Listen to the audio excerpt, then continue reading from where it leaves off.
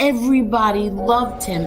Hundreds of people would be by the courthouse, and he, put up his finger to the government, and that's it. This man is dying, and you still have him in solitary confinement. He was tied, his feet to the bed, and his hands were tied to the bed. People want to question if my father was weak or tough. He had a severe kidney infection. He was sick. He didn't get to see a doctor. By the time he got off the bus, he was covered in blood. If there was ever a time to become a rat or something, it would have been then. No, instead he fought 5 trials. Eli has never had any conversation with my father. You lie about my son? Like, this is how sick they are. I defend my family. I think I do a pretty good job of defending my family. But other people defend my family also. I don't ask them to do it, but they do.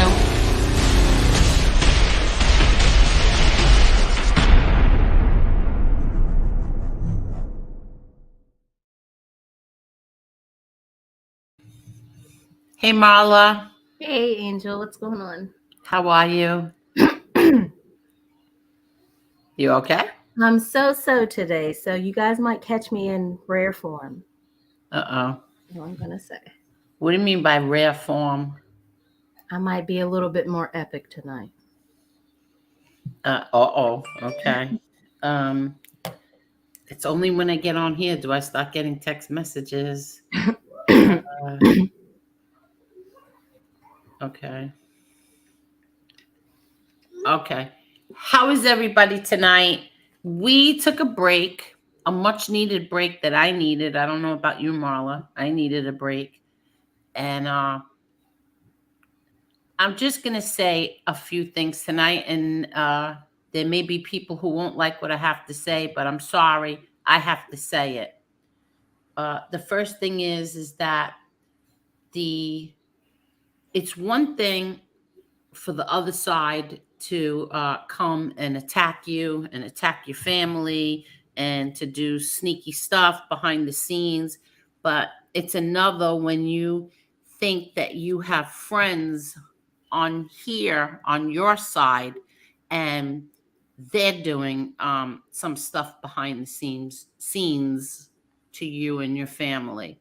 So, or even when people that you consider friends are fighting and you don't know like what to do. Like you have one friend that you like that's mad at the other one, vice versa, and you don't know what to do about it. And unfortunately, I've never had the talent of being able to stay out of it and mind my own business. So I always try to make things better and try to make people make up. But somehow it kind of messes me up when I do that. So I needed a break. I took a break, and now I feel like I need another break, but a much longer break. And I feel bad about it, but I feel like I really need a long break away from this YouTube. I'm going to say this. I see James Proctor. James Proctor says that's really messed up about somebody calling the FBI on you. Sorry you're dealing with that crap. Let me just say this. I know Casper 8 years. 8 years. He has never lied to me in 8 years. Has he done really crappy things to me? Yes, he has. He feels that I've done it to him. I feel he's done it to me. The worst betrayal. He went and ran to FBS's channel when after he left here, and to me that was the worst betrayal you could ever do to me. But I'll tell you this. He's never lied to me, even though we don't like each other right now. We are not friends. We don't like each other. But he would never lie to me. And I asked him, point out, I said, did you call the FBI or tip them off at that Marie? And he said he did not. He did not do that. And I don't believe that he did. Now, there are so many pieces of shit on here that I believe they did it, but not Casperosa. And I'm sorry if anybody's going to get mad at me, but I don't believe Casperosa had anything to do with that.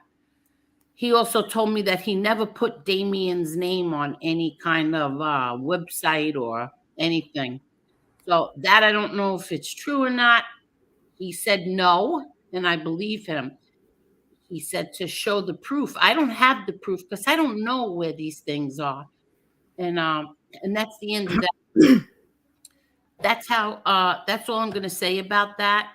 If uh I feel that this is going to get much worse, this is going to get ugly between Casperosa and him, MRE, and I don't want any part of it, and I don't want to be have any kind of association to this, and so that's why I feel it's time to move on.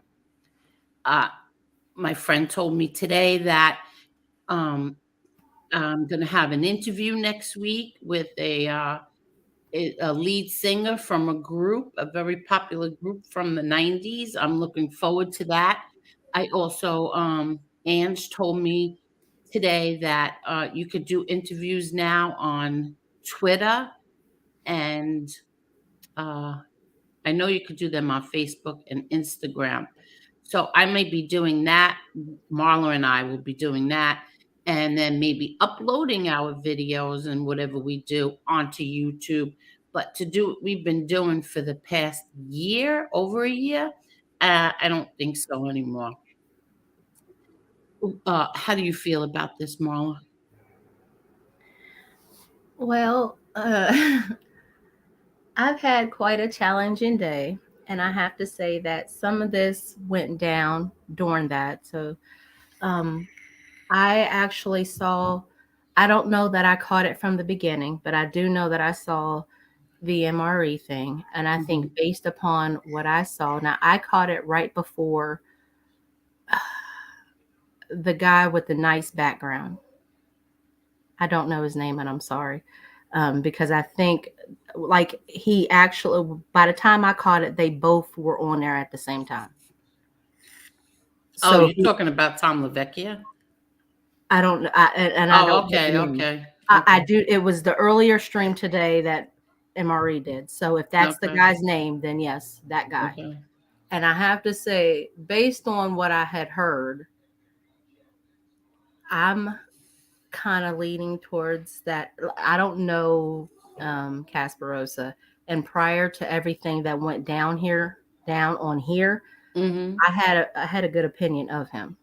Mm-hmm. Um, hell, I think I reached out to him one time when I thought somebody was talking grimy about him, and I let him know who it was. He was already on top of it. So, like I said, what I do for you, what I do for I will do if I feel like somebody's being doing dirty.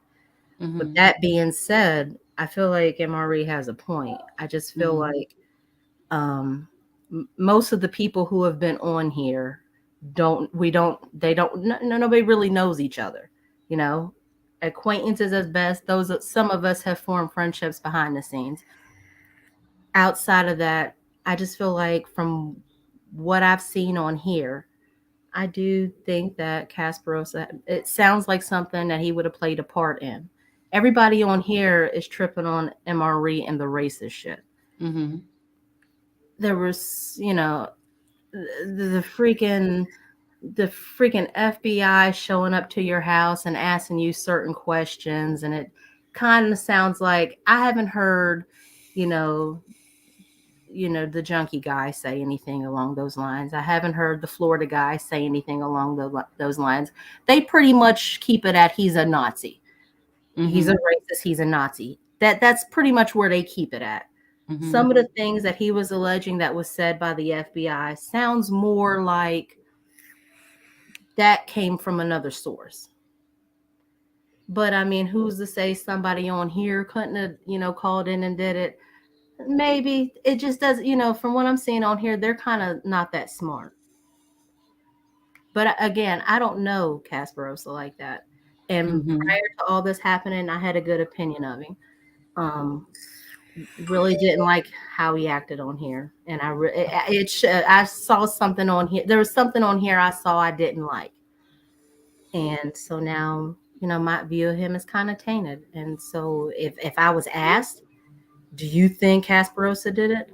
My answer, yeah, yeah. I think he's jumped the gun on a lot of things.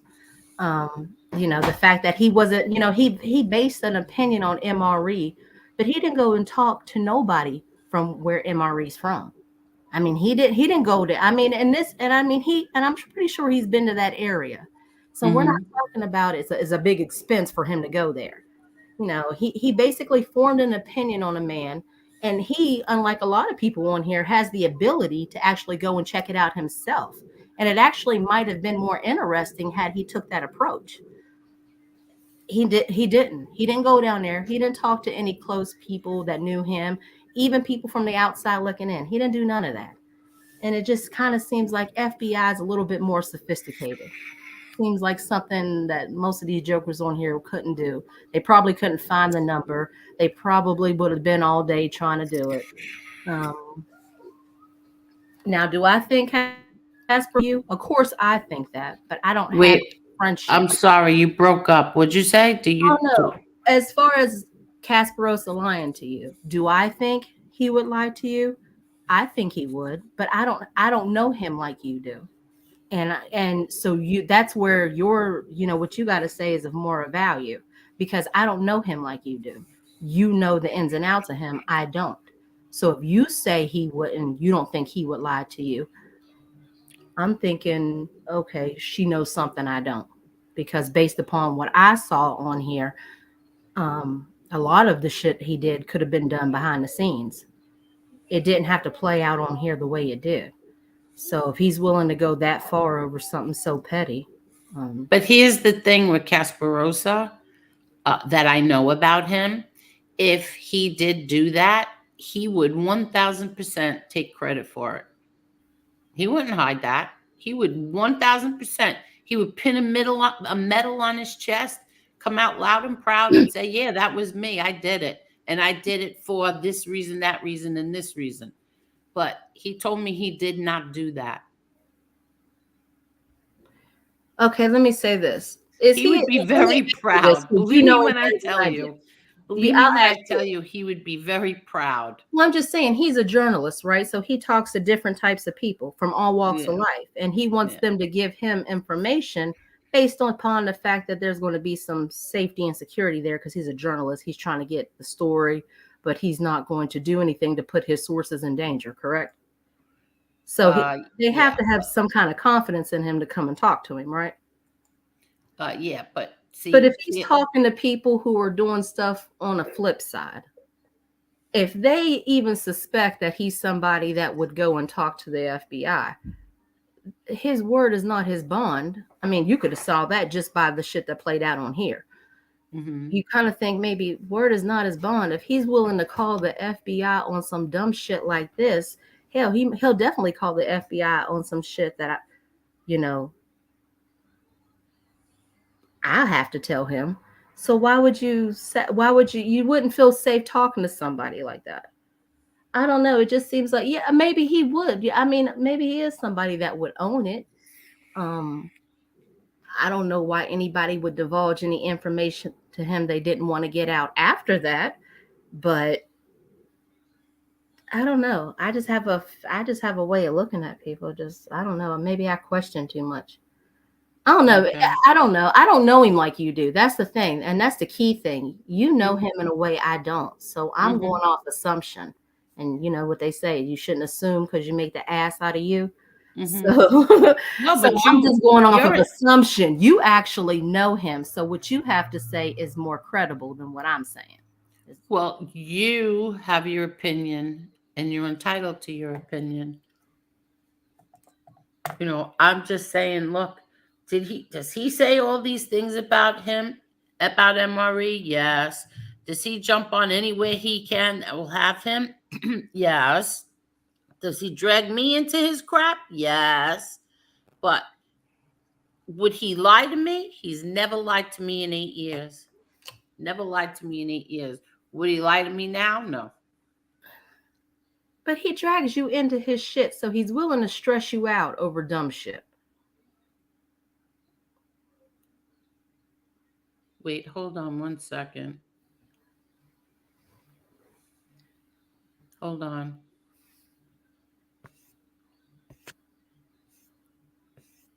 I'm sorry.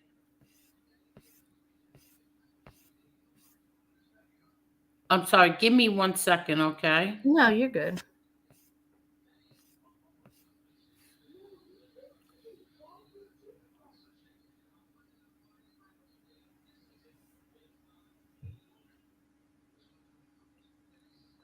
You know what, Mark?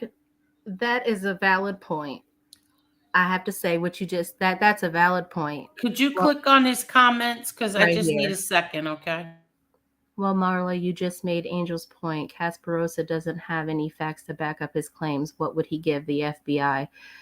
Who knows MRE well enough to give them facts? Well, I don't think you have to give them facts. I think you have to give them suspicion. You have to give them something that, I mean, because they don't have facts. That's why they come around. They come on the scene and they start asking you, and anything you tell them would be then facts. Somebody calls what's I don't know. I don't really know how all that works. I don't know if it's like regular crime stopper shit. I don't know.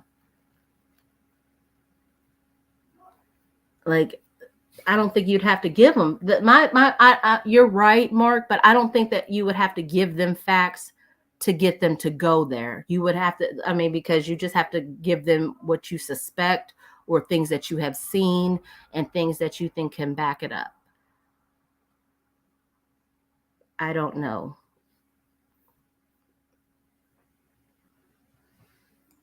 I'm sorry. I'm so sorry. Marla said, well, Marla, you just made Angel's point. Casperosa does not have facts to back up his claim. What would he give to the FBI? Who knows MRE well enough to give them facts? I don't know. See, That's what I'm that's what I'm saying. saying. I Yeah, don't know. He doesn't have any facts, but I don't think it would take that if he just went to them and said something that made it sound suspicious. They would actually go and talk to him. He just has to make it sound convincing. He doesn't have to make it doesn't have to be true. He just has to make it sound like it's possible something can come of this. Okay. But if let's just say um if he how can I explain this the right way? Let's just say he uh suspected or thought something or anything. Uh, how could you go to the FBI with something you just think? Well, I mean, if it's something that, like, see, I did take civics, y'all, so I understand state and federal. But I Yeah. think that if you go to them and make it sound like something that is illegal and possibly, threatening, I think if you make it sound convincing, Mm-hmm. this person, hey, look, you guys might want to look into this person. They're in this video. You can go online. They're associated with this group. You can once again go online. You can look at this, and now this person, he got arrested for this and that, and it's actually in the paper. So like if he says it like that, like, because I believe, and I'm not sure if it's right, but if MRE said that, and I'm not sure if it was from this podcast, but he said something like there were a lot of different flags in his room. He had Asian like flags and memorabilia stuff. He had German flags and memorabilia stuff. He had like all types of history stuff. They just focused in on the Nazi stuff and made it sound like that was, and so that was the way it was written up. So if you're going to the FBI and you're talking and you're giving them all this suspicious stuff, saying all this stuff and, look at these videos and, oh yeah, by the way, this was written up about him and, and he has, and you just give them that idea that he might have that type of ideology, they think that they're, jumping the gun, perhaps. I don't know. I see, that's the thing. I don't know how it was worded, what was actually said.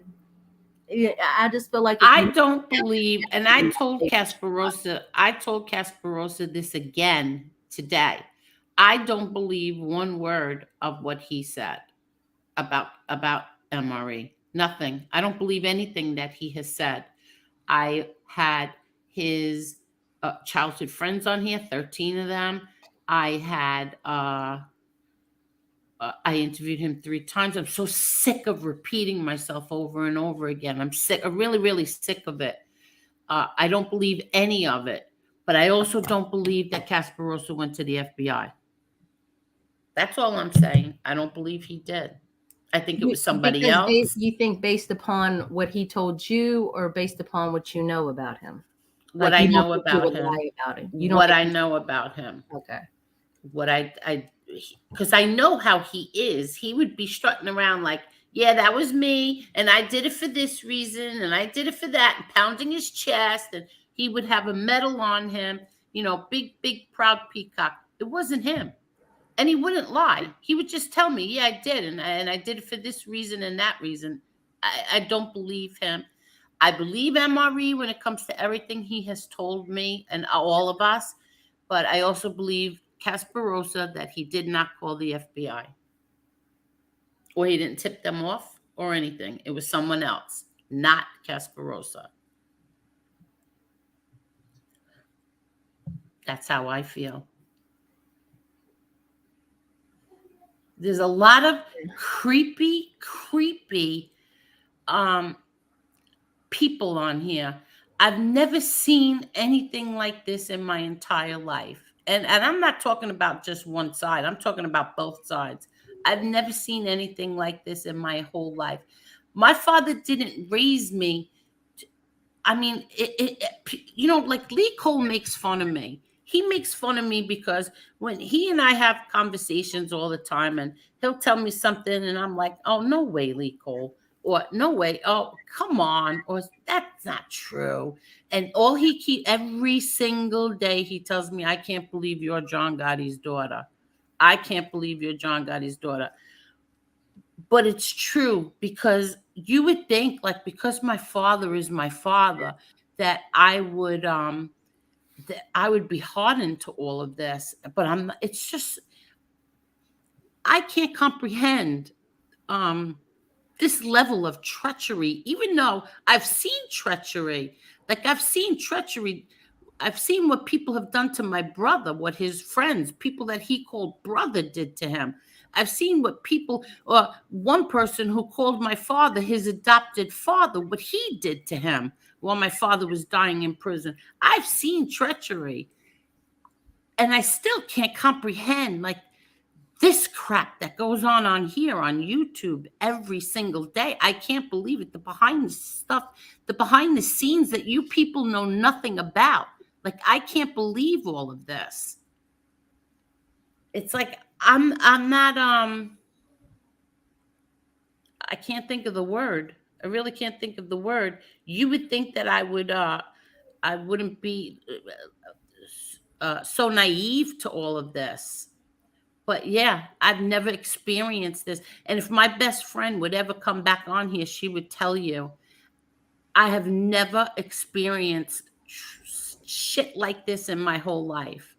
Like, being disrespected, so disrespected by the other side, and the things that were said about my family and my daughter, my son, the lies that were told about them.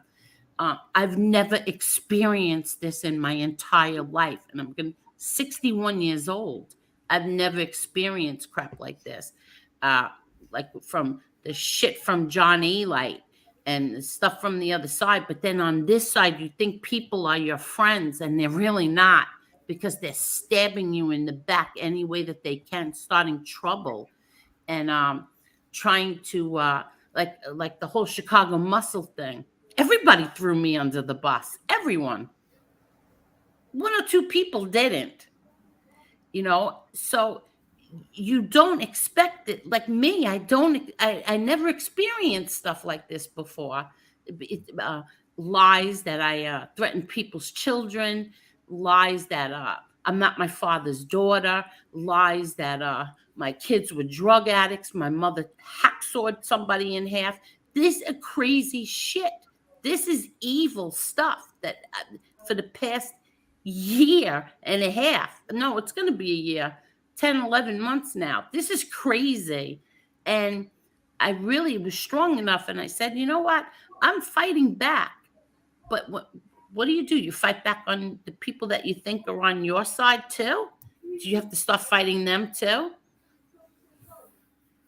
I just feel like, yeah, I just feel like you have to fight. I mean, first of all, you ain't got to fight nothing alone. I'm here. No, I know. No, that, I'm just Laura. saying that. I Like, know. you ain't got to fight nothing alone. But what I'm saying is, oh, good Lord. You want to quiet them down out there? Don't worry about it. Sorry, y'all. That's all right. Don't worry about it. No, I just feel like there is a degree of like, I'm losing my train of thought. I don't think that train left us. Hold on. All right. So I think that's a good point. What Kane Shage is saying. But if the Casper also didn't call the FBI, he definitely opened the door for people to call. Okay, yeah, that I accept 100%. Without a doubt, yes. You're right. That's true. Okay, so I didn't even think of that, Kane Shades. You're right. Okay, I so never here's even my thought thing. of that. The thing that went down that day when he came on here and Victoria was in the background and she got upset, I got flustered, pissed off all at once and upset. And that's a stupid position for me to be in, by the way. I'm upset. And like, but I just feel like, but you see, now I'm going to take. There's just no, but listen, I feel like he wouldn't do. Yes, and you're 100% right. But I take responsibility for that. I did. I took responsibility on the last stream that we did on here, like 5 nights ago. I take responsibility for that only because I should have left him on. If just to mute him and tell him now answer the questions, or we're going to end this. But I didn't do that. But see, that's the good part of you, Angel, because that's the part you don't see. You had a purpose and you were going to stay true to that purpose. Y'all, there was no meeting of the minds there, okay? Because no matter what you asked, he was bringing it back to MRE for no reason. You're asking him about stuff that went down, and these should be very clear and concise answers, okay? Because you're asking him for a reason and a purpose. And deep down inside, again, don't know y'all's situation, so I don't want to go there like I know this man like that, because I really thought he was cool in the beginning. But again, you were asking him very clear and concise questions. He should have been able to stand an account for at least one of them. And the one that I personally felt some type of way about was when you straight up said, they've called my kids drug addicts. You said something to that effect. They called my kids. Have you ever seen my kids are my kids drug addicts? Right there, that should have been, well, no, Angel, of course they're not. That's my response. Right, but he was mad. He tried to act like, exactly. He played it safe right there. He played it, and it's just like, hold on, what timeout? Wait, mofo, hold on. Now you want to sit up here. Now you have gone to events. Now you want to play it safe. Like you're not being. And I mean, if you don't think that they've ever did, it just sounded like he was answering the question so that if something ever came out, he still played it safe. No, you go down with the ship. If you're down for the team, you're down for the team. If somebody asks you a question like that, everybody on here know that answer. Just tell the truth. You tell the truth. And he knows the truth. And that's what's all the more pissy about it. You know the truth. Why not just answer it? That's my shit right there. We all know that this is not true. Do you think it would take a bunch of online junkies to come up with this information? You got the New York Post writing about your family. You got actually major syndicate people writing about your family. You don't think that they would have come up with that information first? Somebody wouldn't have stumbled upon it. Somebody wouldn't try to make a headline out of that. now and that, so to me that was a very clear and concise. He should have been like, no, hell no, Angel, you're nobody in you. But he tried to play it safe, and it's kind of like, what for? Like he's raising doubt where there should be no doubt. Well, I did ask him. I said, "You know me, 8 years. Did I ever once in 8 years tell you, yeah, look, my son had a problem years ago, or my daughter had a problem years ago, or has my brother ever told you? My brother John ever even said, yeah, well, my nephew was in rehab. My son was never in a drug rehab ever in his life. That came from Gene Barillo. Heroin addict, never, ever, ever happened. And Casper knew that. He could have just answered it. If you knew that, he knew that. He could have just answered it the right way instead of trying to be answering it in a way that gave people still suspicion. You know what I mean? Well, here's the thing is that we weren't answering his questions, so he wasn't going to answer mine. That's what happened. That's Caddy is right. He wasn't going to answer mine. But I took responsibility for that last week, and I said that it was my fault because it should have been, I didn't know that he was coming on. It should have been more mature. It should have been more structured. I should have, just instead of everybody starting to yell, I should have asked the questions calmly, and maybe we would have got somewhere instead of him jumping off and running over to. But that's the thing that you don't get. That's the way it should have gone. That's the way it should have gone. If you and him were on that level, that's the way it should have gone. He should have been able to pick up on something and been like, okay, let's do it this way first, and then we'll do it my way second, because I got a point, she doesn't. So that would have been a great way for him to play it off. That would have been a great way for him to be like, okay, I'll play along because I'm the one that I'm about to crush everything she thinks. So he should have answered your questions. He didn't do this. But I was the one who was not in control. That's why I took responsibility for that. I wasn't in control. How are you not in control though? But how are you not in control? Because I just kept, in other words, he just wanted to keep on rambling on about MRE. And I kept yelling over him and then muting him and then yelling over him. And then he would just, every time I unmuted him, he would just come back and start rambling on again about MRE, ignoring what we were asking him. It wasn't about MRE. We were asking him about what went on between him and Angela. We could have gotten to the MRE thing if it was a calm situation, calm atmosphere, but it wasn't, because I was yelling. But you didn't create that atmosphere. You were asking very clear questions that should have been very simple and easy to answer, but he wanted to divert. What are you diverting for? And I understand, but this is your show. He came on your show prepared to answer your questions on your platform. If you're asking somebody, all right, so we go back with the whole rats thing. Why rats won't go on, podcast that'll ask them legitimate questions, that'll push back. Everybody says, well, because they won't answer. They won't never come on again. You stay true. You're showing everybody how you stay true to what you say. Because if somebody comes on your platform, you're not going to let them get away with the easy questions. There's going to be pushback. And he was not answering your questions. And I mean, it's like, dude, this is the beginning. These are the easy questions. We start off here with the easy questions. We don't get into the harder stuff till later. And he's backing down from the easy questions. Okay. Mm-hmm. So there was nothing wrong with you. You had control of the situation. There was nothing wrong with what you did. You were muting him because if you ask him a question and he's not answering your question, what you talking for? We didn't ask you that. That's not what we're talking about. Stay on track. I mean, we all know how this game is played. He wasn't prepared to talk about that situation, and he wasn't going to talk about that situation. So he's going to talk about everything but that. And you didn't bring him on there for that. So if you want to be pissy and mad about that, so be it.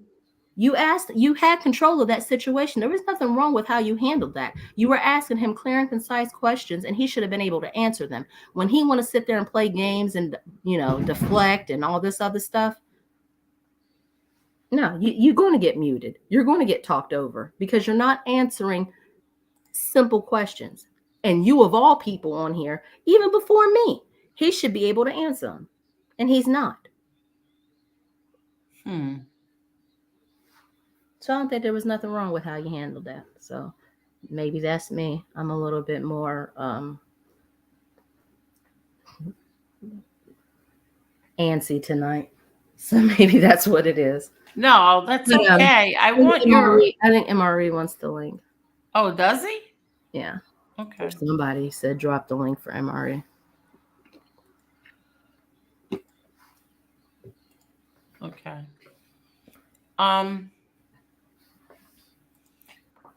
Angel, you can stream to all.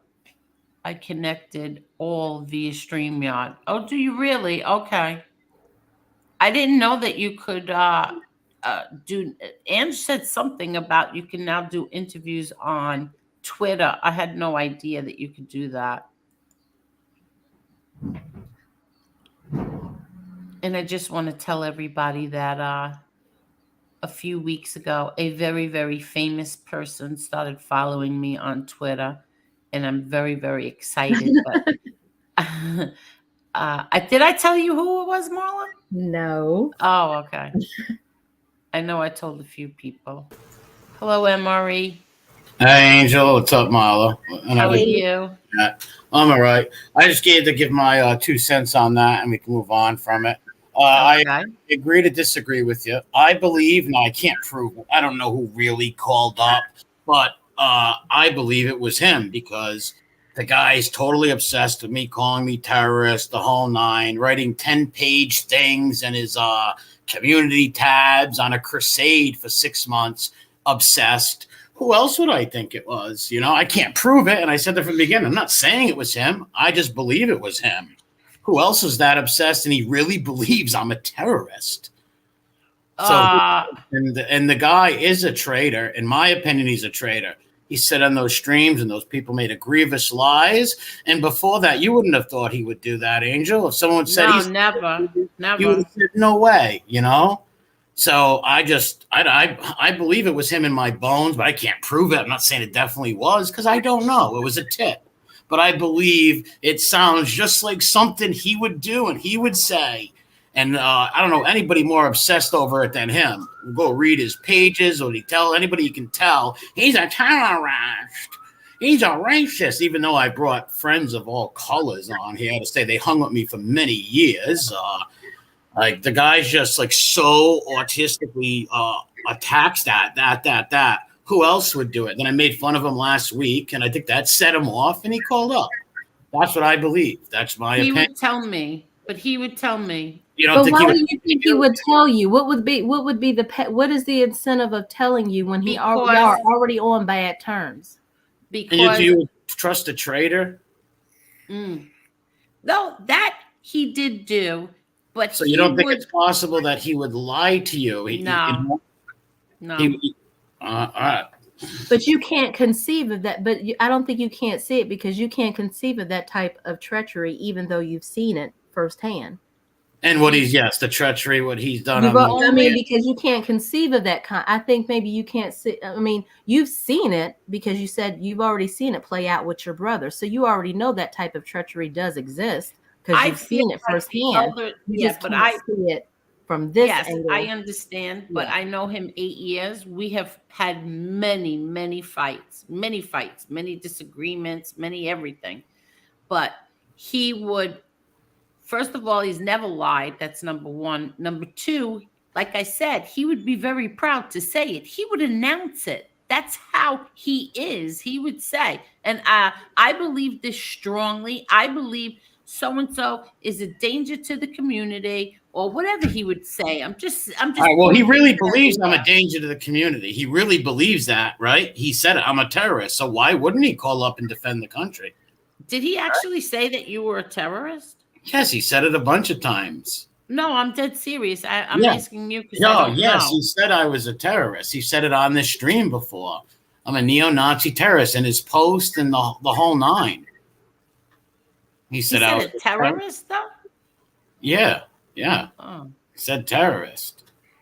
and a neo-Nazi terrorist. Like everything they said to me, and not many people knew about the History and Things channel. All that thing that I said when I was talking about the Palestinian-Israeli conflict, you small hats. He's mentioned that in his post before. He's mentioned that before. Like I said, I can't prove it's him.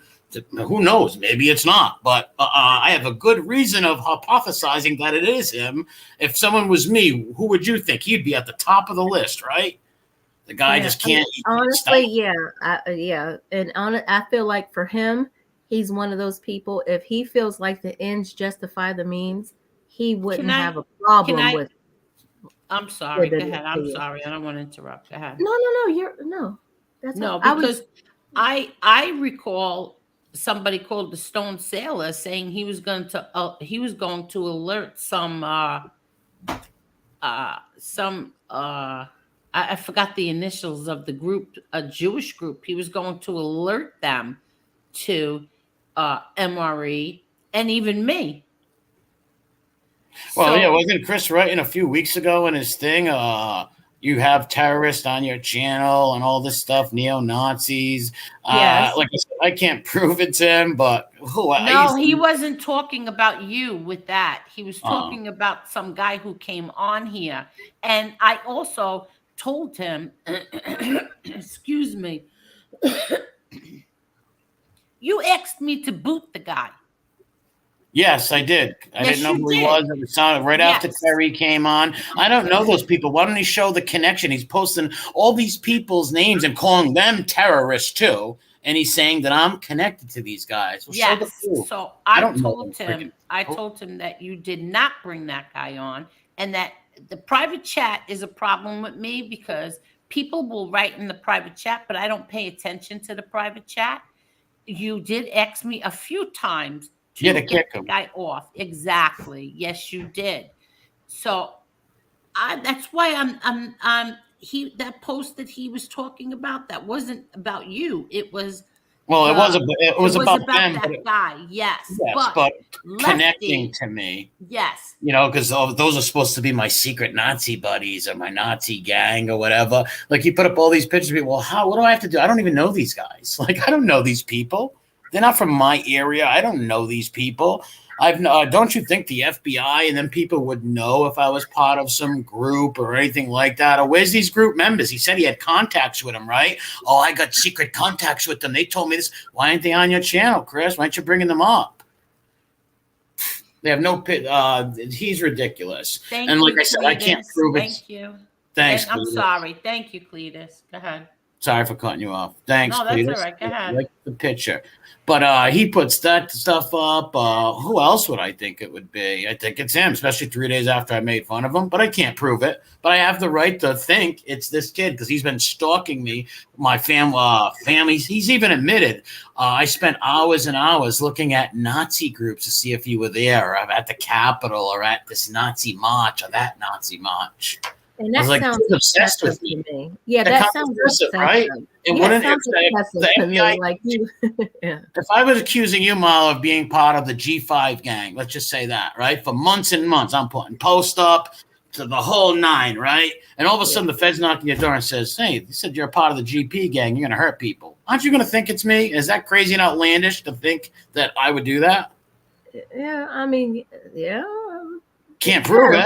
Obviously, it's not. It's like an anonymous tip. So obviously, I don't know if Chris Casper did that or not. But I truly feel it in my bones. It was him. I could be wrong, but my educated guess, my hypothesis: somebody like him, that obsessed with me, digging in, going on these channels that are doxing my family, all this malicious stuff, and saying vicious, disgusting lies about Angel and her kids. He didn't stick up for that. He had no problem with them threatening women and shit. He was so focused on MRE's a terrorist. MRE's a terrorist. He betrayed his own friends. And when it comes to Benedict Arnold and a traitor, I personally can't believe anything a traitor says, but I love Angel. She's a dear friend of mine. I'd always be loyal to her to the end, and I respect her. If she believes him, what am I going to say? F you, Angel. I don't like you because you believe him. But I also said that I believe everything that you have ever said. I believe everything that you Oh, not said. just what I said, that my friends came on here too of all colors. That's what I said. Yes, If I was, I believe that. yeah, so if I was some terrorist or something, in case those black guys are in my terrorist group with me, it's one weird white supremacist group. So that's why I said he's just totally obsessive and crazy. I mean, let's not forget, this is a man of color who went on a podcasters, who has said terrible things about black women. Yeah, slap their faces off. I mean, and this is a man of color. If he's willing to portray his own race, he overlooked all that, and he said, and that podcaster said I was a gay person making fun of me because I'm allegedly gay. Well, if he's this SJW, why does he say it's not right to make fun of gay people? He didn't care about that. He was he had the blinders on, so focused, MIE, that he betrayed his friends and everything. The kid's a crumb in my eyes. That's just my opinion. But I don't know why he has to bring it. Like, Angel's a good, why do you have to bring her into it, Chris? Leave her alone. Well, like, leave the woman alone. If you cared about her, you wouldn't be calling her up, getting her all riled up. No, he didn't call me. He didn't call me. Who? You talking about Casper? Yeah. No, he did not call me. All right. No. I emailed him because I wanted to know if he called the FBI on you. And he's not going to admit, in my opinion, he wouldn't admit that. In my opinion, he would admit it to me. He would. Believe me when I tell you he would. Believe me. I don't know. Admit it to me. You could believe that. I just disagree. I don't. Yeah, unless you know something, I don't. I don't see why. Like, what makes you special among the rest? Because I mean, he was willing to come on here and embarrass you. And he was willing to slander you and say you hang with Nazis, all this stupid stuff. When this woman runs an open panel, she don't control anybody. If someone joined right now from East Jabumef who did something, is she responsible for that? This is someone who's really malicious, actually, if you think about it. Well, how many times did he say, oh, well, the New York Post is going to get old if Angel would not do. The kid's a total Benedict Arnold. I want to put nothing past a Benedict Arnold and a traitor. I'm not saying you're going to believe what I believe, but I think he would lie in a minute. He set up on that stream with people that said filthy and vile things and lies about your kids. And both of your kids are upstanding, good kids. He didn't have no problem with that, of them threatening you, torturing you for 6 months. He had no problem with that. In my opinion, I think he would lie and do anything treacherous to forward his agenda and to prove he's right. But I don't think he would look at it to you as lying. I think he would look at it to you as saving you from yourself because you don't know any better. In his mind. Yeah, in his mind, he's saving you from yourself because you don't know any better. Because there's a lot of things that, like you said with Lee, people just expect you to know because of who your father was. So they just expect you to be up on certain things. I think but you don't understand. He's just trying to save you from he would do it if he felt like the ends justified the means.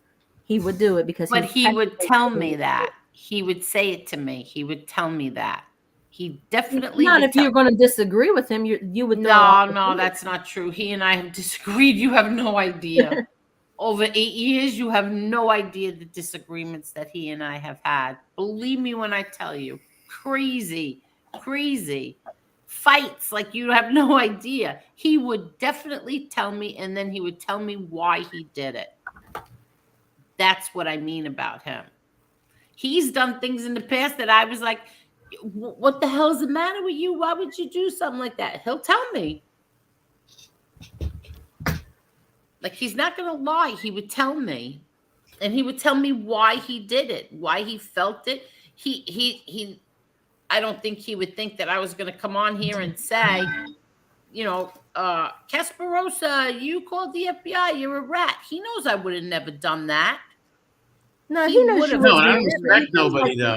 Right. He would have told you. He doesn't trust the people around you, is what I mean. He doesn't know me. He doesn't know MRE. So he doesn't trust, he doesn't trust the people around you. So if he feels like what he's doing is for a greater cause, if he tells you, as long as he tells you the truth in his mind, I don't know. Like I said, you might know him better. My thing is somebody of that kind of. If I was ever on a stream and people were slamming my friends and their children like that with the filth and all that shit, I would never stand for that. It says a lot about his character. I wouldn't put it past anybody. Mark says you can get out find it by the copy of the report. I guess I could. I don't know how about going about that, but I guess I could, and maybe I'll do that. Freedom of information. Maybe I'll do it in the future. Like they want to, I was polite to these two guys, and they were cool. They were polite to me, but I wouldn't take their cards. Like somebody's like, why don't you take their cards? I'm not taking a card of an FBI agent. I even told them that, So at first I came off a little rude and a little I don't know. I can't think of the word. I just came off a little rude at first, and then I was all right because they were respectful and cool. Like I said, it was some blonde dude, blonde agent. They were in regular clothes, a blonde agent. It looked like he was right out of the army, and there was an Asian dude with a Boston Red Sox cap. And they specifically said, "Are you going to go hurt anybody?" And I'm like, "No." And we had to find. It was a tip. We had to come check it out and ask. And they knew about my 2015 thing and all that. They knew about that. Because I said to him, "You know about the 2015?" He shook his head. Yup. They knew more of what they were saying. But I believe I believe that I can't prove it that he did that. But you can never prove it in case they go down and get all that stuff, which I really don't care about. Maybe in the future I might. Who knows? But if he's going to say, "How dare can he accuse me?" It's like, dude, what are you talking about? You've been running around for months. I'm a terrorist and leaving 100-page things on your community tab. Who else am I?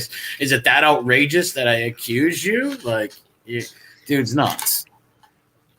Dude's nuts. And he's a treasonous little Benedict Arnold character. I could never trust a creep. I'm just curious, Maddie. Do you think Marla's keeping it real and I'm not?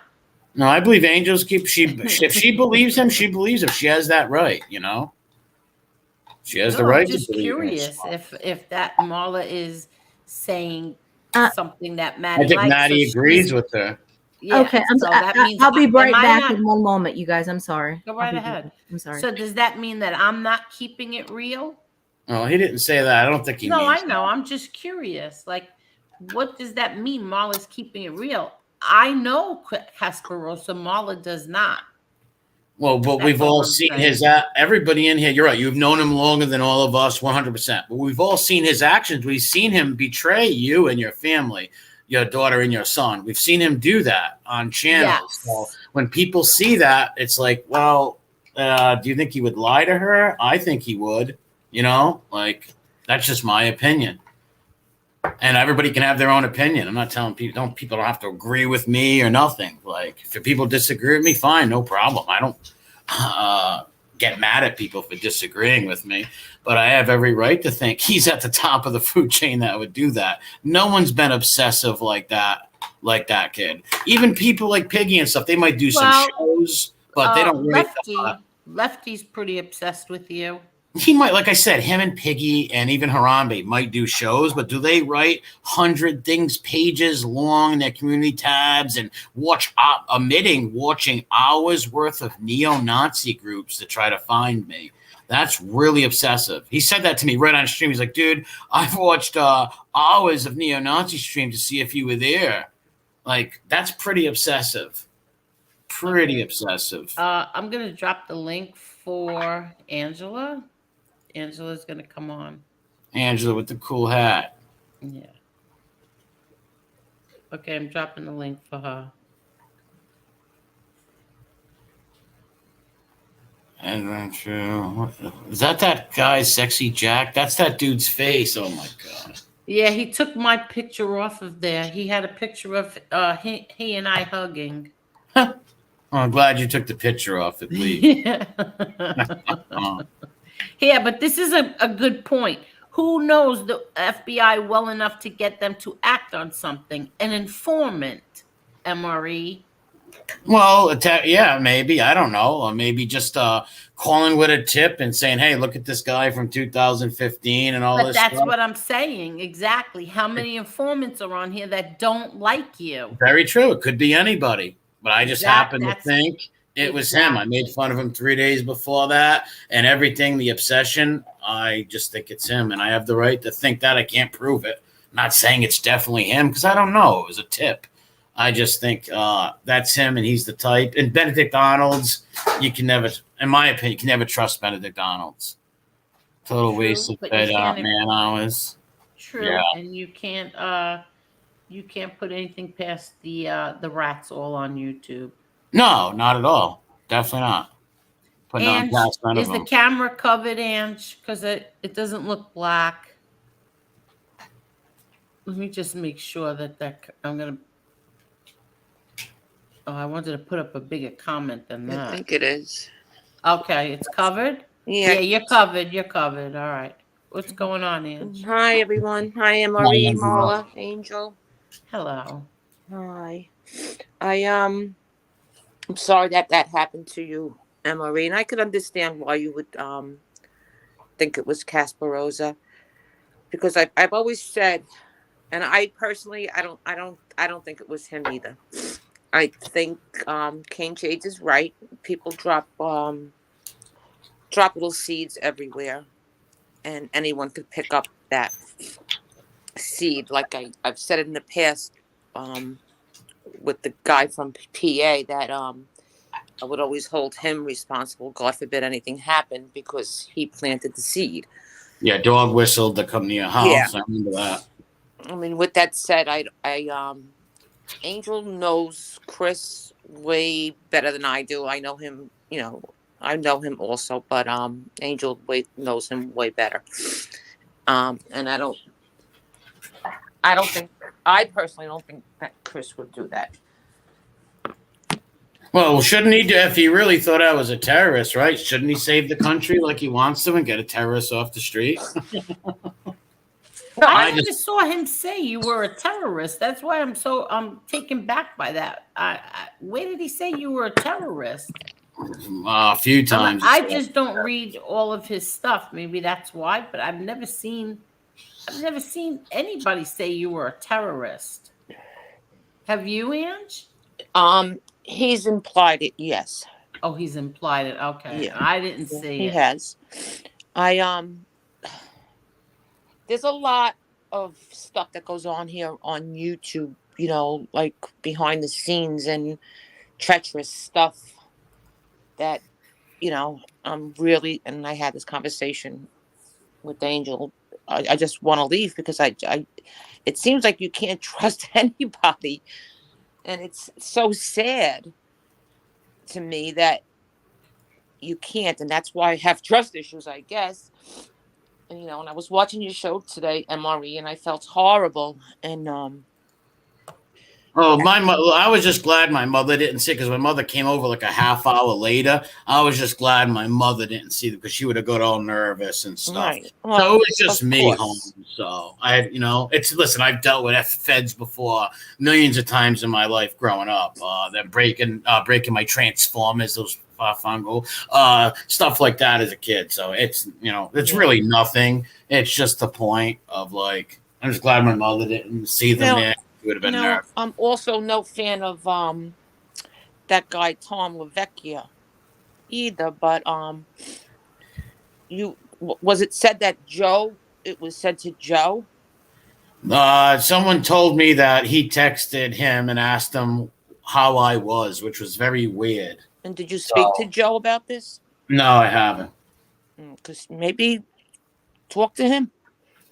Yeah, but he's actually sent things to people and told them I was a white supremacist and terrorist too. He's done it behind the scenes to people and stuff like that, and try little snaky moves like that. That's why I don't trust that creep. Right.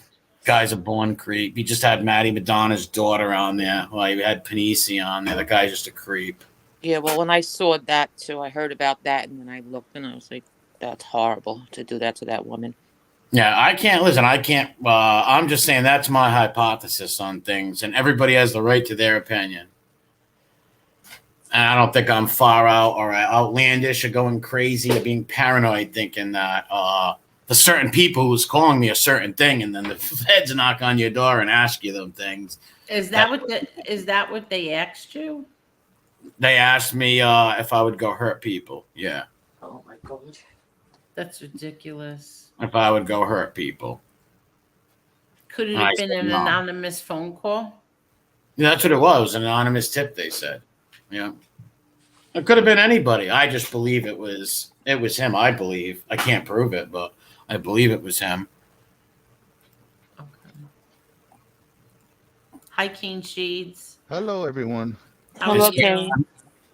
So even if Casperosa didn't call the FBI, he still opened the door for people to call with those crazy, ridiculous YouTube posts. He was walking in the streets of New York doing that charity thing with the World War II things. Yeah, he was trying to even earn money off of it, like donate money for World War II or something. I don't know.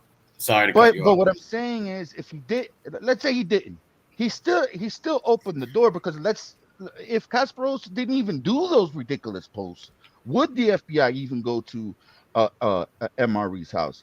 That's like someone calling me a communist and doing videos and doing posts, and then it encourages people to come, the FBI to come to my house and say, hey, Mr. King Shades, are you a communist? What are these things that we're getting on the YouTube and all that? So that's my opinion on that. Yeah, that's a good point. He opened the door. I think he opened the door for Oh, it. he loved that it happened without a doubt in my mind. The kid's been on a crusade for like mind you, when it first happened. Wait a minute. We lost Marla. Yeah, she's not here. Because when it Oh, first all right, happened, go ahead. when the doxing and stuff first happened, it took him 4 months to go on this crusade. Remember that? He didn't go on the crusade right away. No, it took him 4 months to go on that crusade. 3 or 4 months. There's somebody called Don Dollars TV trying to get on. I don't know who wouldn't you are. trust anybody. You're gonna have to show me your face, because I'm not letting anybody on that I don't know tonight. Yeah, they might porn bomb or. I know. I want to see your face, or I have to not let you on. Don Dallas? Don DAHN. I don't know. Yeah. Okay, I see don't his let it- face. Oh, I see his face. Do you want to let him on? I wouldn't. Who knows what these weirdos are going to come on and say or scream. I don't want to talk to them. All right, go ahead. I know. Marie doesn't want to talk to anyone tonight, so I'm sorry, but go ahead. Proud man. I would like to read. I'm just reading the chat for a second. But like I said, I can't prove who it was. I can just think who it wasn't. That's all it is. The hypothesis. Now, I'm not sure, but the Freedom of Information Act, maybe you could find out through there. Maybe you could get a report of like who actually did the report to call the FBI to your house. Maybe you could get your hands on that. What about this? What about this, MRE? MRE was just on Preacher Bobby Luisi's ass and really never went in on him before. I think it was him. He was involved with the docs in the first place. He gave John Panisi that stuff. No, Bobby didn't give John Panisi. Tom and John gave that to Bobby. Yeah, but it could have been anybody. It could have been. Listen, I tortured so many stoolies on here and their fanboys. It could have been anybody. Exactly. But I think it was the person, in my opinion, who was most obsessed with it. But I can't prove it. It's just me saying that. You know. That's why I think it's him, because he was the most obsessed with it, writing all these things, especially when he had I never did nothing to him. I stuck up for him when Oleto made those gross lies up that his father did sexual things to him. That's totally untrue. I stuck up for him. He even thanked me for it, even after the docs. He's like, I can't believe you're like that because you stuck up for me. And I just don't think you're like that, but you could be, but I don't know. And then a few months later, he was totally convinced. Sold the whole 9 and went on this big crusade. MRE, if I was you, I'd be curious who called the FBI on me. I'm curious, but how am I going to prove it? The Freedom of Information Act. That someone said that you could go ahead and do that. You could find out. Yeah, we'll look into it. If I could find out, I'd love to know who called. Like if someone called the Department of Children's and Families, right? After the in Florida, and this is different from the feds, but I'm just saying, you could find out who calls like after the investigation is over with. And I think it's a shame that someone could make a false report and nothing happens to them. Like you could just say anything to anyone and then, Yeah, it's crap. As far as that with the child services, my niece went through that with some crazy stalker, and we can only surmise that it was that person. Well, in Florida, I think you could wait after a month after the Is it investigation different is over. state-wise? They don't or is really it tell you who it is. It's and You can get the anything could be report. called an anonymous. I could make a phone call right now and and say, oh, my neighbor's abusing her children, and not even have to leave my name. Yeah, but you can get the report though. The If truth it was hurts. anonymous, it could say the report could say anonymous caller called in. Da da da da. You can actually get the report. MRE should get Right. that report of who I'm called. so the I'm FBI so on it. sorry. I'm so far behind in the comments. But the truth hurts says, oh wait, first Parasite Slayer says Angel has a point about Lefty. Lefty lost his channel and supposedly was kicked out of a hotel. Could have been anybody, like I said, but I believe the most obsessed person with me is Meow, in my opinion. Yeah. The truth hurts says Tom says he has proof he didn't text him. He had receipts. I'm confused. Believe me, I don't like Tom at all. That's how I feel. Like in that situation there, that's what I was trying to say before. Is Joe Bay 8 could clear that up. Well, put it this way. All I know is that Tom sent around things about me to people and stuff like that. No, And, I agree that he probably did that to you and Marie. But I don't feel Joe Bay 8. And I don't know him off of YouTube. I don't think that he would lie about that. I think that as far as that with Tom, that could be cleared up. he said he called. I heard it was a text. He sent him I heard someone told me that he sent him a text asking how I was, and I just thought it was weird. The day I got a knock with the FBI. Why is this guy who never asks about? Why is he asking about me? So and I could learn him too. But you know what? These people, like, I have a reason to be pissed and to accuse certain people who have been harping on that stuff and doing weird stuff behind the scenes, like the guy Tom. And Marie, I agree 100% if Tom sent that text to anyone, if to anyone asking about you, because he obviously doesn't care about you. Yeah, what a coincidence that would raise my flags dog. too. But call Joe. Where's Joe in all this? Because I don't think he would lie for you or that guy Tom. No, and I think don't he would tell the truth. Yeah, maybe I shouldn't even put him in it or nothing. Mark, who are you talking about, Mark? Actually, he has posted publicly on Twitter about MRE and spoken to groups. It could really be anyone, and it's true he incited people to call if he did. Are you talking about Casper Rosa? He has written about MRE on Twitter? I don't know, possibly. He's right. Seems like he took his crusade everywhere. So he did put me on like Nazi sites too. And Damien said he put him on it. I never seen it, but Damien said he was on a site. Yeah, too. and Casper Rosa said he never put Damien on any site. Oh, I don't know. I'd have to ask Damien when he's seen it or whatever. Oh wait, hold on. My phone's on silent, and I just got a cash app. Thank you, Primo, for the pets. Thank you very much. He sent a super chat for the pets. Thank How you doing, you. Primo? That's so nice. It's nice. God bless you, Primo. Can I talk about the Tom thing? Go right ahead. As far as the Tom thing today on the MRE show, I think the thrashing by MRE to Tom was well justified. Even if he didn't, that scumbag, what he did last week as far as that interview, I think MRE was justified for that threat, screaming at him and calling him a wise guy hump. That was well deserved.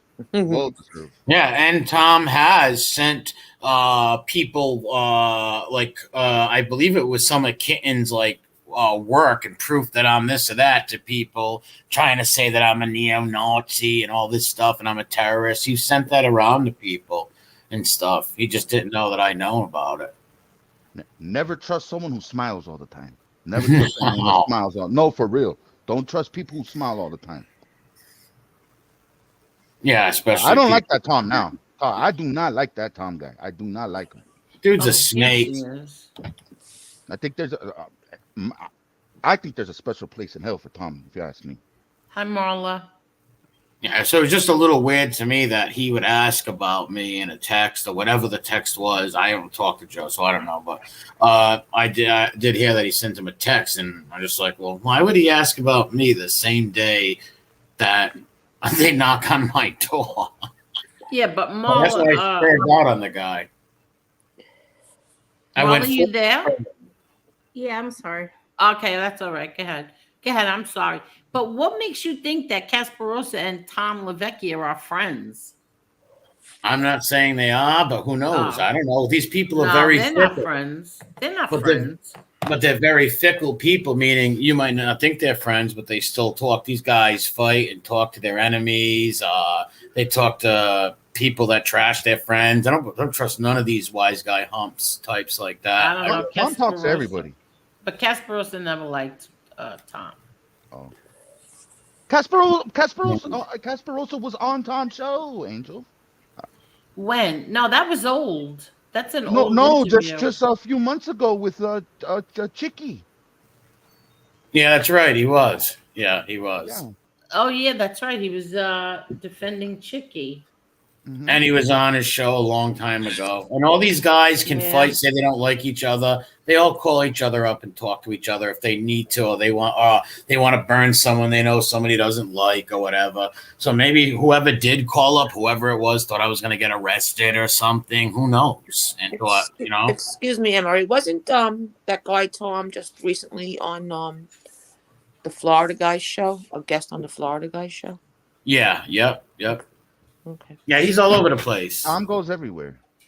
Yeah, he's social butterfly. I'm Total sorry. social butterfly. I'm But like sorry. I said, there's nothing that happened to it. I'm fine. They knew, and they even said, "Do you have any questions for me?" I was like, "Yeah." What happens when these morons keep calling up? They're like, "Well, we're going to check it off, and we'll never come by again. We just had to ask you if you were capable of violence on these people. You're not going to hurt no informants and no Jewish people." I'm like, "No," and that was it, really. It was not. It was all like in the afternoon. I was on one of the Durkee channels. And I'm like, hold on a minute. Someone's knocking at my door, and I muted. And I went, and I peep out, and there's two guys outside of my house. I'm like, who the hell are these guys? I'm like, who are you? They're like, FBI. I was like, yeah, prove it. And they pulled their badges out. But they were polite. I was a little rude at first and abrasive, whatever you want to call it. But then I was respectful and cool because they were. But they tried to give me their card, and I wouldn't, because someone's like, well, prove it. Show me the card. I don't take cards of FBI agents. So I told them that respectfully. I said, hey, no offense. I don't take cards of FBI agents. I even gave them a little speech about the stool pigeons, too. I said, in these stool pigeons, and I said Tadado and Conley. They knew who Conley was. They didn't know who Tadado was. I was like, these bums, there's a lot of guys who let out these informants who torture people. I was giving that little speech, too. I think they wanted to get away from me. Tell you the truth. There goes that theory about you being a federal informant, huh?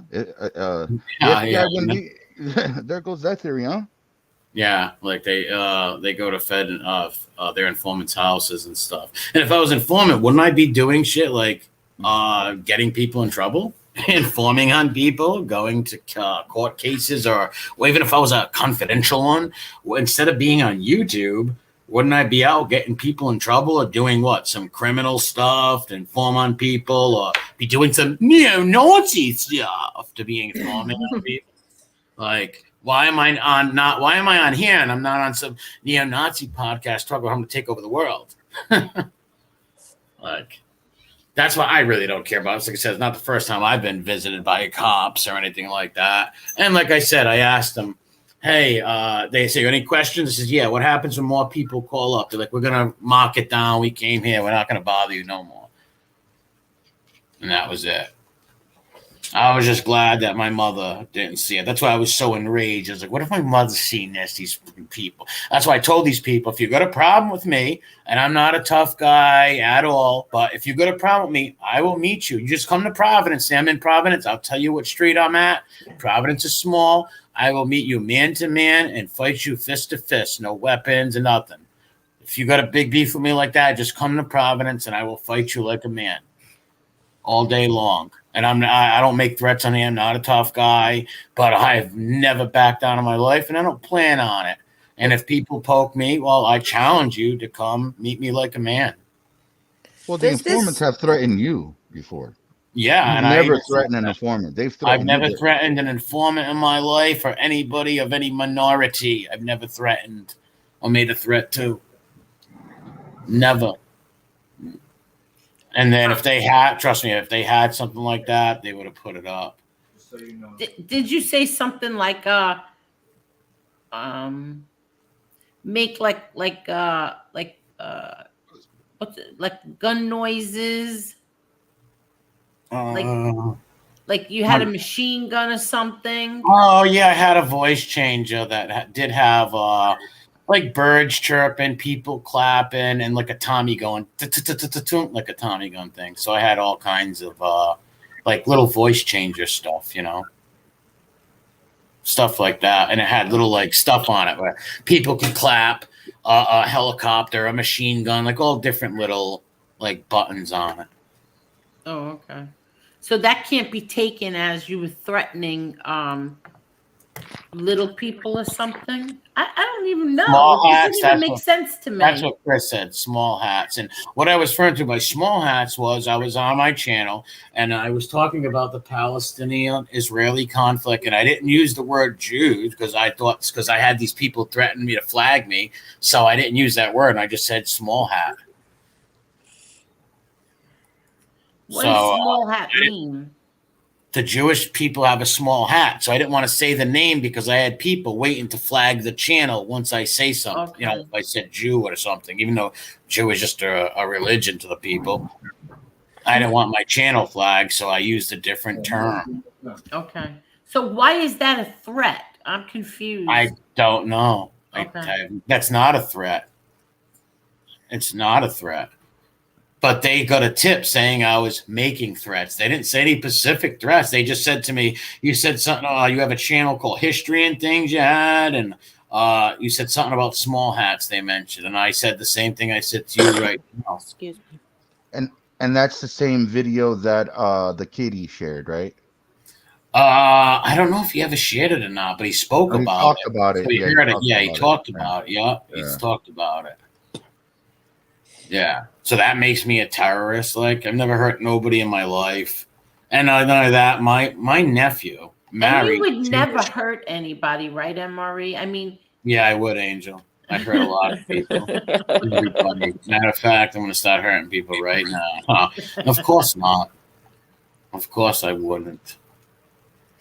Can I say something before I leave? Because I can't stay on, Angel. Why can't you stay on? I have to go to take care of Charlie. Oh, okay. All right. I'll be in the chat a little bit. Okay. I just I wanted to say, like, when you first came on YouTube, you had your, not that your channel is not great anymore, but it was so great. It was fun. It was drama free. My opinion, you need to take a long break from here. That's what I think. I think that you're attracting the wrong crowd. There's a lot of lowlifes. We've seen that on how they've treated you, what they said about your family. And I've honestly, and I've seen a lot in my life, never seen anything like this from people, from strangers.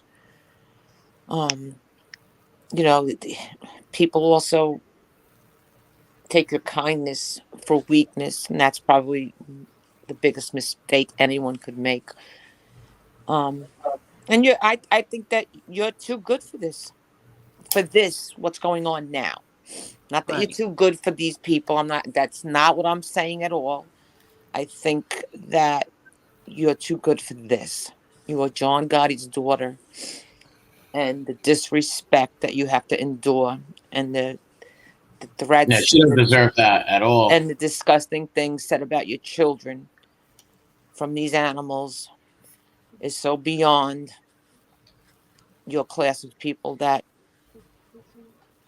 you have to think of something else. You have to think of another way. And that's my 2 cents. And I'll add on to that I would add on to that second and saying she never attacked them people. These people attacked her, and they loved this No, she never did. She never attack. did. And look what they said about you: dog whistle for people to go to your house. Like Yeah. so many women have been threatened down here. It's a Yeah. shame. Yeah, it's a real shame. It's a real shame, and and the only reason they could do it, and it's not because they, first because they're behind the computer and they can, but they have to look inside their own souls on the things they've said about people they don't even know. I mean, who actually really raised, and Angel says this all the time, who raised these people, and why don't they dig deep in their souls and say, why am I doing this, for money? I'll never get it. I'll never get that you could just throw away your integrity, your morals for a few bucks on YouTube. It's disgusting. They should all be ashamed of themselves. And it tells me everything I know about every one of them. Amen. That's it. And I agree with you. I just want to say, I don't know if this says sicko or psycho. Sicko, Argo, Nunya? I don't know. Argo, MRE. It could have been anybody. Yeah, it could have been anybody. Like I said, I'm not saying it's definitely Chris Casperosa. No, that's just my hypothesis and educated guess, and I have the right to that opinion. That's all I'm saying. Did he really, Jesse? Don't forget he told the other side to contact your brother and tell him what's going on here. No, he did not. Did he? I told my brother myself. I agree. I agree. It could be anyone, but I think the Casperosa did the dog whistle as far as all of this. Of course. Him and others too. Kate, there's a lot of dog whistling on here. A lot. Mm-hmm. Yeah, but I would say he dog whistled the most and the hottest, and spent many hours looking. When you even admit that I've spent hours looking up and doing all this research, and others have done it too. Don't get me wrong. Piggy and Piggy's friends, Common Simp, all them, they've done it too. But I believe he had a special little like wacky obsession with me and believing I was a terrorist and I was a nutcase, and thinking I would hurt people, and that's just nuts. Like. Nick says, I think it was Luisi. He looked terrified. All right, I'm gonna say goodbye, guys. All right, bye, Angela. Good night. Have a blessed night. Take a ride. Tell Charlie we all said hello. I will. Thank you. All right. All right. Take care, everyone. Bye. Bye. Bye. See, I always thought she was kissing a horse in her avatar picture. But it is she's got a good point right there, and I would hate to see Angel stop doing YouTube because I like it, but she don't also deserve to be stressed out like that and dealing with all these psychos making lies up and slandering her and her family. But she's gonna do what she wants to do, No, I know. Whatever you decide to do, you do. But I had fun on these shows, and I have a good time and a lot of laughs talking with Marla, Angel, and everybody else. So I just got a message from a dear friend that said, I don't think Casperosa would call the Fed, zero chance. Likely someone just sent a tip. You don't have to leave your name or anything on those goofy tip lines. I think in all honesty, it's a rat who did it or had a handler do it. I don't like Casperosa, but that's not his style at all. No way. No, we can agree to disagree. It could have been anyone. Like I said, the dog whistling, yes. I mean, someone just said about him sharing that history channel that MRE has, that he shared that right there. Yeah, of course. Yeah, I've heard him talk. Yeah, I've heard him talk about it before. But it could be anyone anyway. Yeah, it could. Of course it could. But I have the right to believe, and it's not like I'm reaching here. He would be one of the top suspects, like, in my opinion. And people say they know him and not his style. Or is it his style to betray his friends? Because he did that before. So don't be, you might be shocked what Benedict Arnold's are capable of. Never put nothing past a traitor. Ever. In my opinion. Well, not just traitors are just treasonous. and they will turn on people. But I was never friends with him, so, you know, I was cool with him. I never did nothing to the guy, to be quite honest, but stick up for him. Never did nothing. Look at this name, Shaquille Oatmeal. Yeah. Wow, that guy's taller than Shaq? That can't be a real picture then. Because Shaq's 7 feet tall. Well, I don't know who that guy is, but Who's the white dude? Yeah, ask him. Shaquille, who's the white guy in the picture? Because that's one of the most tallest. He's got to be 8 feet tall, right? Shaq's 7 feet, right, Kane? Am I right or wrong? Yes. Actually, you know, Shaquille O'Neal arrested one of my buddies on South Beach. He was a police officer, a beach patrol police officer. He arrested one of my buddies. How? Really? What do you mean he was a Yes, police? and that proves that the media lies too, because I believe my friend. My friend wouldn't lie to me, but the article that was written was a lie. It wasn't what it was. They said it was a hate crime, but it wasn't. It was basically there was homosexuals were walking past my friend's car, and my friend basically told them, "Hey, move out of the way." Or whatever, and then someone threw a bottle, and then they ran off, and then Shaquille O'Neal came and called the police or whatever. But the story was way out of in the news. Oh, in the news, they made it like it was a hate crime, but it was they fought a fight happened, and the other people were homosexuals, and they made it more into what it was. Gotcha. Yeah, that's what the news did with me. They said I had IEDs, and I had 4 M80s 2 weeks after 4th of July. They literally put on the news that I had IEDs, and they even said I had an arsenal of guns. There was 4 guns. I think a 1943 Mosin Nagant, some 22 rifle, and like a 1943 Smith and Wesson. So these were. Oh, wait, hold on, Don. You were trying to get on before. Yes, he is. Yes, he is my father. I'm sorry. Go ahead. So these were old antique guns? No, they weren't no, they weren't antiques because they worked and stuff. So they weren't antiques. They were just in the 40s. 2 of them were from the 1940s. I don't know if you can consider that antique. Yeah, wouldn't that be considered antique if they're from the 40s? I don't know how many years it takes for a gun to be considered antique, like a car 25 years. Yeah, all the times I've had you on here and I interviewed you, we never even spoke about that. Like, yeah, that wasn't even in my mind. I never even thought to even ask you any of that.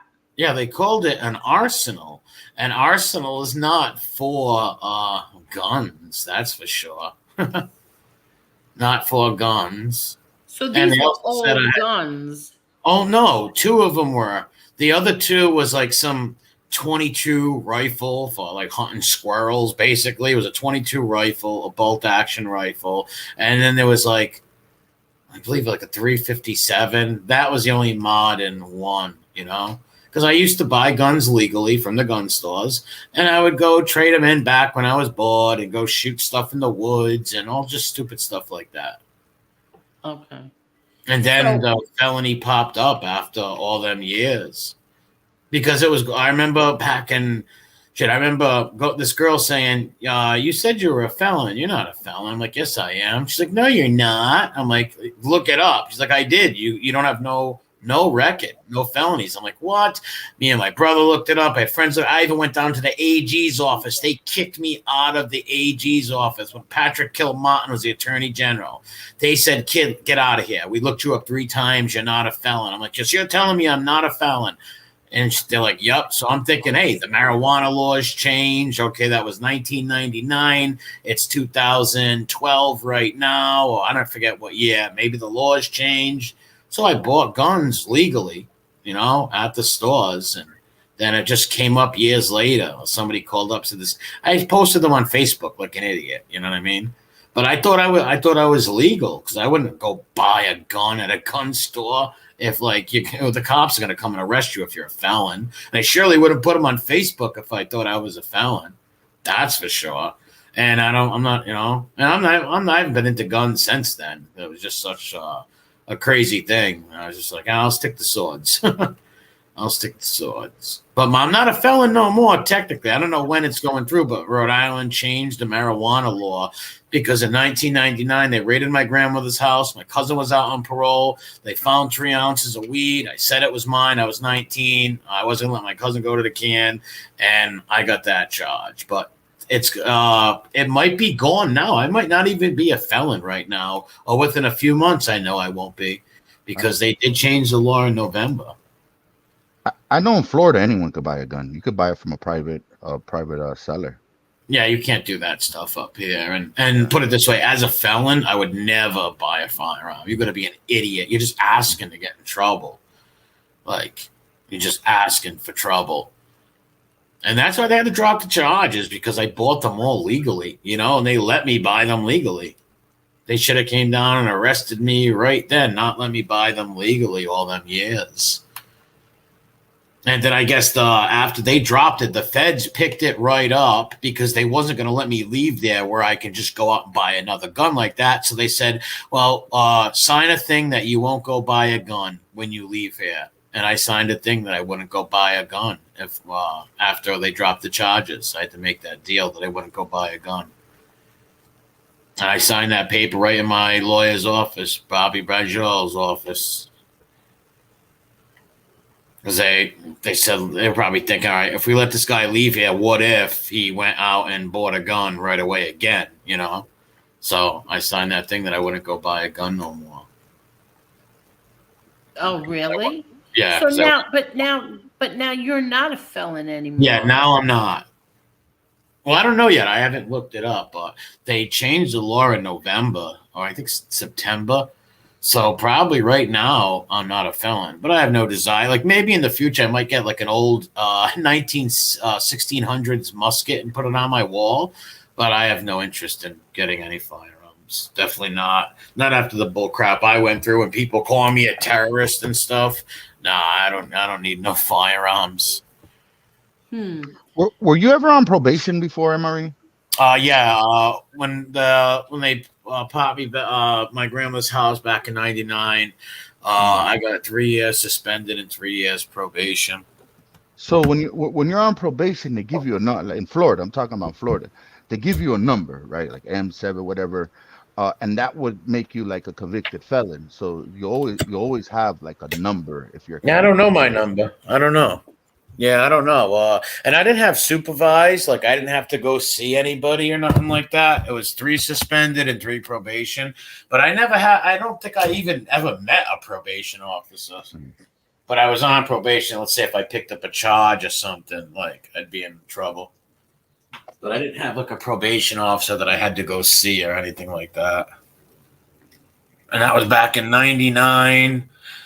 And then I got picked up right after that they tried to, I guess some people got beat up at a fight and some girl said it was me there and the people picked me out of a lineup.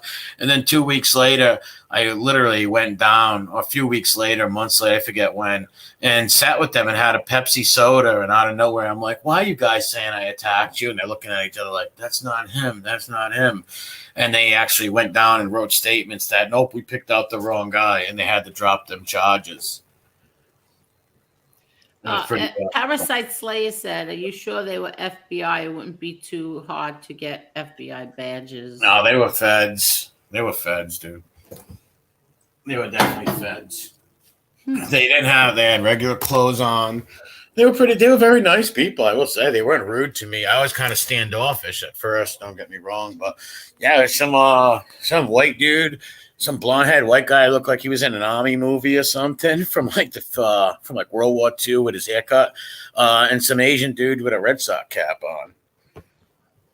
I would, if I was you, I'd go to the attorney's office and see what you could do about getting a copy of the report, like the FBI report, as far as whoever called, what they said. Yeah, I would try that, but I would think that if it's an anonymous tip, anonymous means anonymous. Maybe they can tell you, maybe they can't. I don't know, but it's always good to have that report there, even if it says anonymous, but whatever, just to have that report there. Like I said, before they left, they said, "Do you have any questions for us?" I said, "Just one.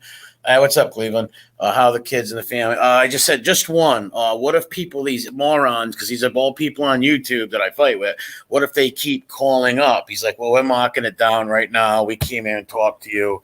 We don't think you're violent, not like that. And they just left. So they'll discard it if they get another. Yeah. I was like, how many times? He's like, oh, they're not gonna have to come back here. They're gonna keep calling, you know. He's like, no, we get it now. And I truly believe they believe me, you know. I believe they believed me that I wasn't no terrorist or something. Plus, they're outside. They've seen my neighbors talking to me and stuff. And my neighbors are not white. So all they did, they didn't want. There was no warrant or nothing. They just knocked on the door. Let me ask you a few questions. Nope, it was just an anonymous tip they got, and they knocked on my door. And I guess it's that's all it takes with someone with a past like mine of that on the news. Like all someone do is call and say, "Hey, look at this on the news. This guy's dangerous," and they're gonna come, you know. So, like I said, I don't know who really did it, but I can just guess because of, you know, people got such hot-ons for me. Excuse my language. Well, even you knew going into this that crazy shit was gonna pop up. Oh, of course. Listen, the day I started my channel, I knew this wasn't the stuff I've done before, like the Durkee stuff. And I always thought DeLuca was gonna come out anyway, so I thought I would be doxxed pretty quick. I'm surprised it took them that long to really find out who I am. But I always knew they would find me. I always knew that, and I'm glad they did. I was able to do a lot of things. I was able to put my my neighborhood.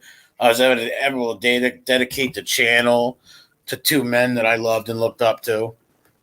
So give me 1 second. Give me 1 second. A friend of mine wants to come on, and I think this would be a good person to have on. Hold on. Definitely a change. You coming on changed the landscape of as far as how these informants.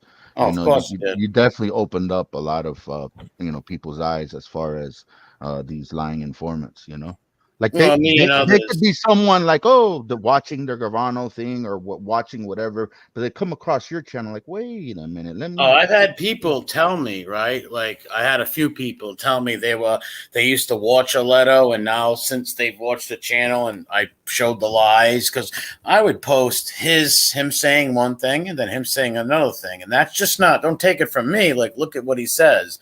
I've turned a lot of people like that, believe it or not. A lot of them.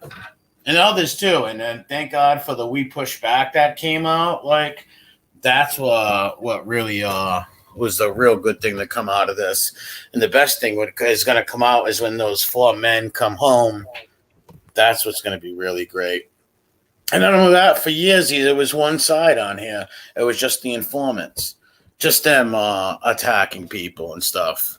Like you had people trying to fight back on Twitter or whatever, but there was no one on YouTube with a channel like steady going at them. There might have been some people who had personal beefs with an informant, but you didn't have somebody that was going after just proving all these informants wrong or stuff like that. And then my channel popped up and other channels, the We Push Back thing popped up, and so many other people came out. Too, and help definitely a beautiful thing. Yeah, it was, and it leveled the playing field with these. And I bet you a lot of them watch what they say now, and they always think, "Hey, if I see something or this or that, I might end up on the We Push Back website." And that's another thing. I'll pick another point about Casper as a kid. He hated it. A-Light did so much rotten things to him. He was willing, his hatred towards me was willing to sully the A-Light thing just to put me on. Like, that was just another weird thing that makes me think like people like that would definitely be capable of something like that.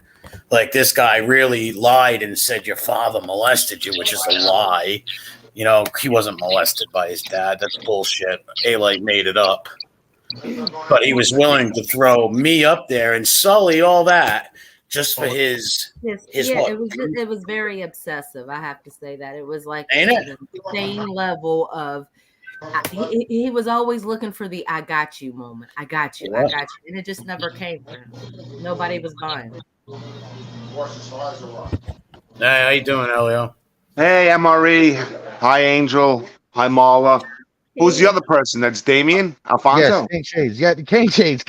Yeah. Oh, I'm sorry. I just said you're Yeah, on no, there. it's all right. It's all right.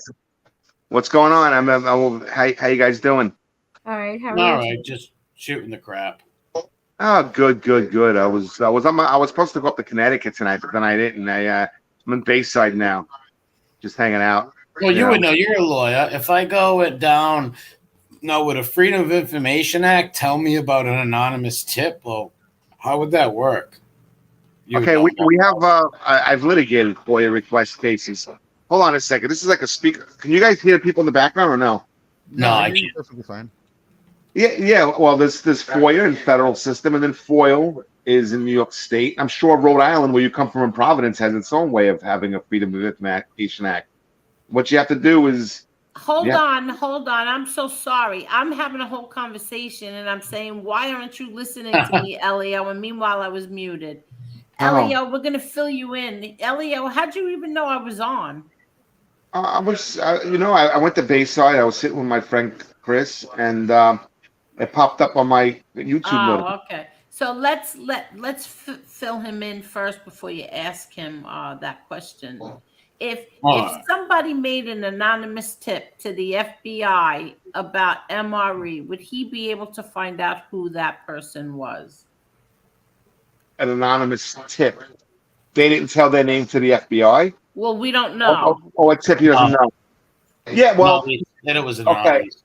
All right. What you can do is you can do a FOIA request with the federal government. The problem is, and I've done these many times, is they don't acknowledge it, or they come up with some type of nonsense. So then what you can do is you can do a case of defamation against a John Doe, Jane Doe, put it in the federal court in Rhode Island, and then file the complaint, and then do a motion to the judge. And a motion is a lot simpler in the federal system than it is in our New York State Supreme Court system. You don't have the same. It can just basically be a letter.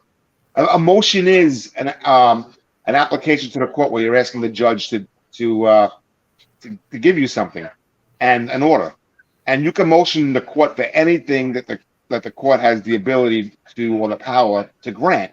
So what you do is you file the complaint for defamation, and I would file it in Rhode Island in your area, because the person might be out of state, and then immediately as soon as it's filed, I would do a letter to the judge asking for a FOIA request from the FBI so you can know who defamed you. I'm assuming, and I didn't even listen to the show, Angel, that the reason why he wants to know who put the bad complaint in is he wants to possibly sue them for defamation. Obviously, going and filing a false complaint against someone and lying to them, to law enforcement, is definitely defamatory. Yeah, I'm not talking about suing nobody, though. I just wanted to know. I'm telling you how you get the information, because when you do a FOIA request, that federal agencies don't answer. By law, they're supposed to answer, and they never do. And agency hacks, whether it's the state of New York or the federal government, I'm assuming Rhode Island's the same. They don't answer FOIA requests. They dodge, so you'd have to get. I guess I'll never know who did it then, because I'm not suing people. That sounds like a lot of work for nothing. Money I don't have. I'm just not into suing anyways, and I don't have no money for that stuff either.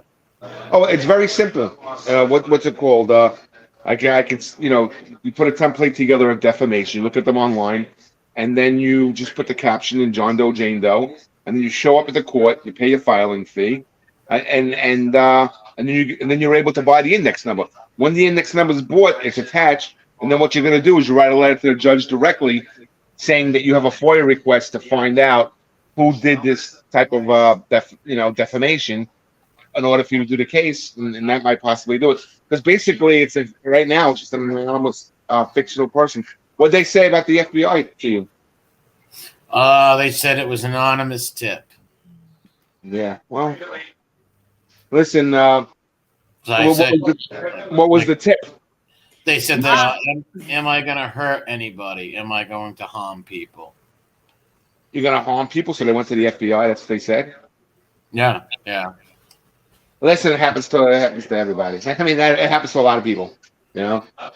I could tell you stories that are very private and personal, but I won't. And when when you're in the world of adversity or confrontation, like say, in my world, on behalf of people, I sue other people. I'm an attorney. That's what litigators do.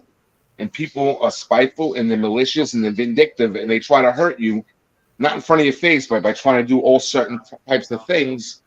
And because you're a muckraker, because you're an exposure of the truth, because you expose your show is based on not only government corruption, but corruption of these individuals that are in the streets, you're open up to some type of anyone trying to do anything. And that's the reality of of what you're in.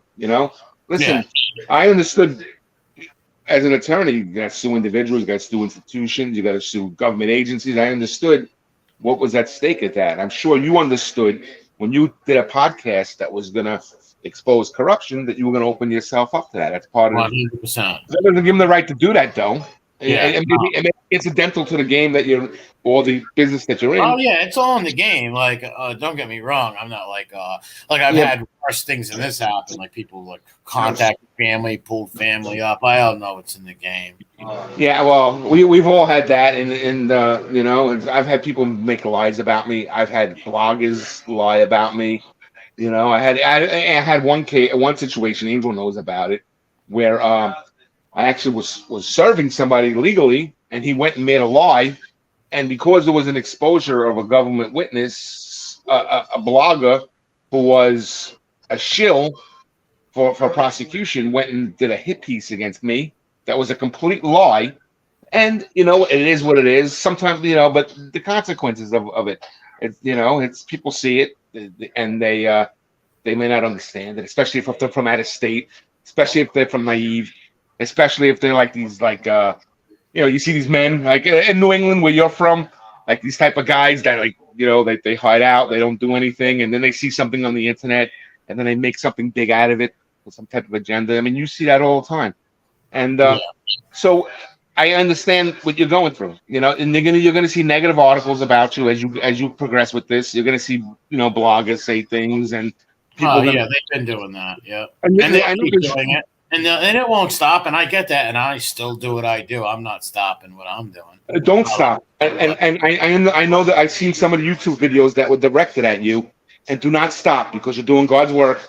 Over here in New York, a lot of people in the Southern Eastern District, in the Eastern District of New York, are saying to themselves, people like Marbrat's exposed from that he's doing really good work. And the reason why you're doing good work is, besides the fact that we're living in an era where we want justice and purity and we want things to be exposed, and the lawyers that operated in the Southern Eastern District of New York saw such corruption that nobody would believe it. It would almost be like a fantasy if you told them. If Angel tells you what her family members went through and stuff like that, the corruption that happened, people wouldn't believe it, and what you're doing is good work because we all want truth, right? And so what comes with it is sometimes attacks. So if you're in your neighborhood up there and where you are, if these guys see things and they don't, listen, you're doing something honorable. What I did that had me attacked or had me people attack me was was something very honorable. I was doing something that I'm proud of, something that was very spiritual. It was protecting people. It was protecting people from lies, protecting people from corruption, and putting myself out there to a level where I was risking myself. Now, people told me that I wasn't risking certain ways, which I didn't believe, which I don't, but the risk that it came in a different form that I didn't really forecast. I understand on MRE that like a bunch of fucking punks from Brooklyn said they were going to come beat you up. They're not going to come beat you up. I wouldn't worry about that, man. No, I don't worry about that. No, you're right. A lot of them have threatened. I have got threatened from a lot of these guys. That don't scare me at all or nothing. They're punks. I'm telling you, they're afraid to come back to Queens. And these guys, and then they go down to Florida and they fist pump like they're in some fucking Jersey Shore video. They're afraid to walk in their own fucking neighborhood. You fucking, So don't even worry about these guys. I know exactly who's threatening you, and I can tell you they're fucking punks. And I'm not a fucking, and I'm a lawyer with a briefcase. I'm not fucking from their world, and I can tell you they're punks. I know accountants that would fucking slam them in the head if they fucking Yeah. you know. Oh yeah. Like I said, Elio. I got a lot of support from my city and stuff, and I appreciate all the people from all over that support the channel and what me and the We Push Back is doing out there. It means a lot. So So Elio, what? let me ask you a question. I don't know if I could. You know what? I can't because it's I can't ask You know certain things that legally I'm not supposed to Yeah, talk. I know I Like, can't in ask fact, don't you. even go there. Yeah, I If you can't want ask to do a hypothetical, you can do a hypothetical. Just don't say any names. No, because the purpose of all of this, the person that a lot of people suspect gave a tip to the FBI or called FBI is someone that you and I both know. I used to be friends with. I don't know if you are friends with him or not. So that's why I don't want to ask you the question. I don't want to put you in an awkward position. Yeah, I don't even know what you're talking about, but Yeah. but you know what? Growing up in Queens like you did, I've come across many people over the years. You know, Yeah. many of these people have YouTube channels I've met. You know, one I met in 2004. I'm not even gonna say his name, and another one I met in the 90s, and all of a sudden, 15 years later, I saw them like on YouTube. No, I'm like, no, it's not an FBI cooperator. It's not one of them. That many people here believe tipped off the FBI. well, I want to I ask don't you. know. I don't know who or what you're talking about, but I I do can know. only hypothesize. I don't know this Right. person did it, but I believe they did it. I hypothesize educated guesses they did it because of the obsession with me. Well, I don't know who you're talking about, but and if Angel says I shouldn't that I'm not supposed to talk about, I don't want to talk about it. You know. No, I just wanted to know if you know what? Hold on. Give me 1 minute. You guys talk. Hold on. Yeah, Kane, what's up? So, hey, King, how you doing? All right, all right. How are you I doing, know buddy? being in Florida, I see the threats you got too, you know, and your show is really picking up steam in the New York area. So keep up the good work.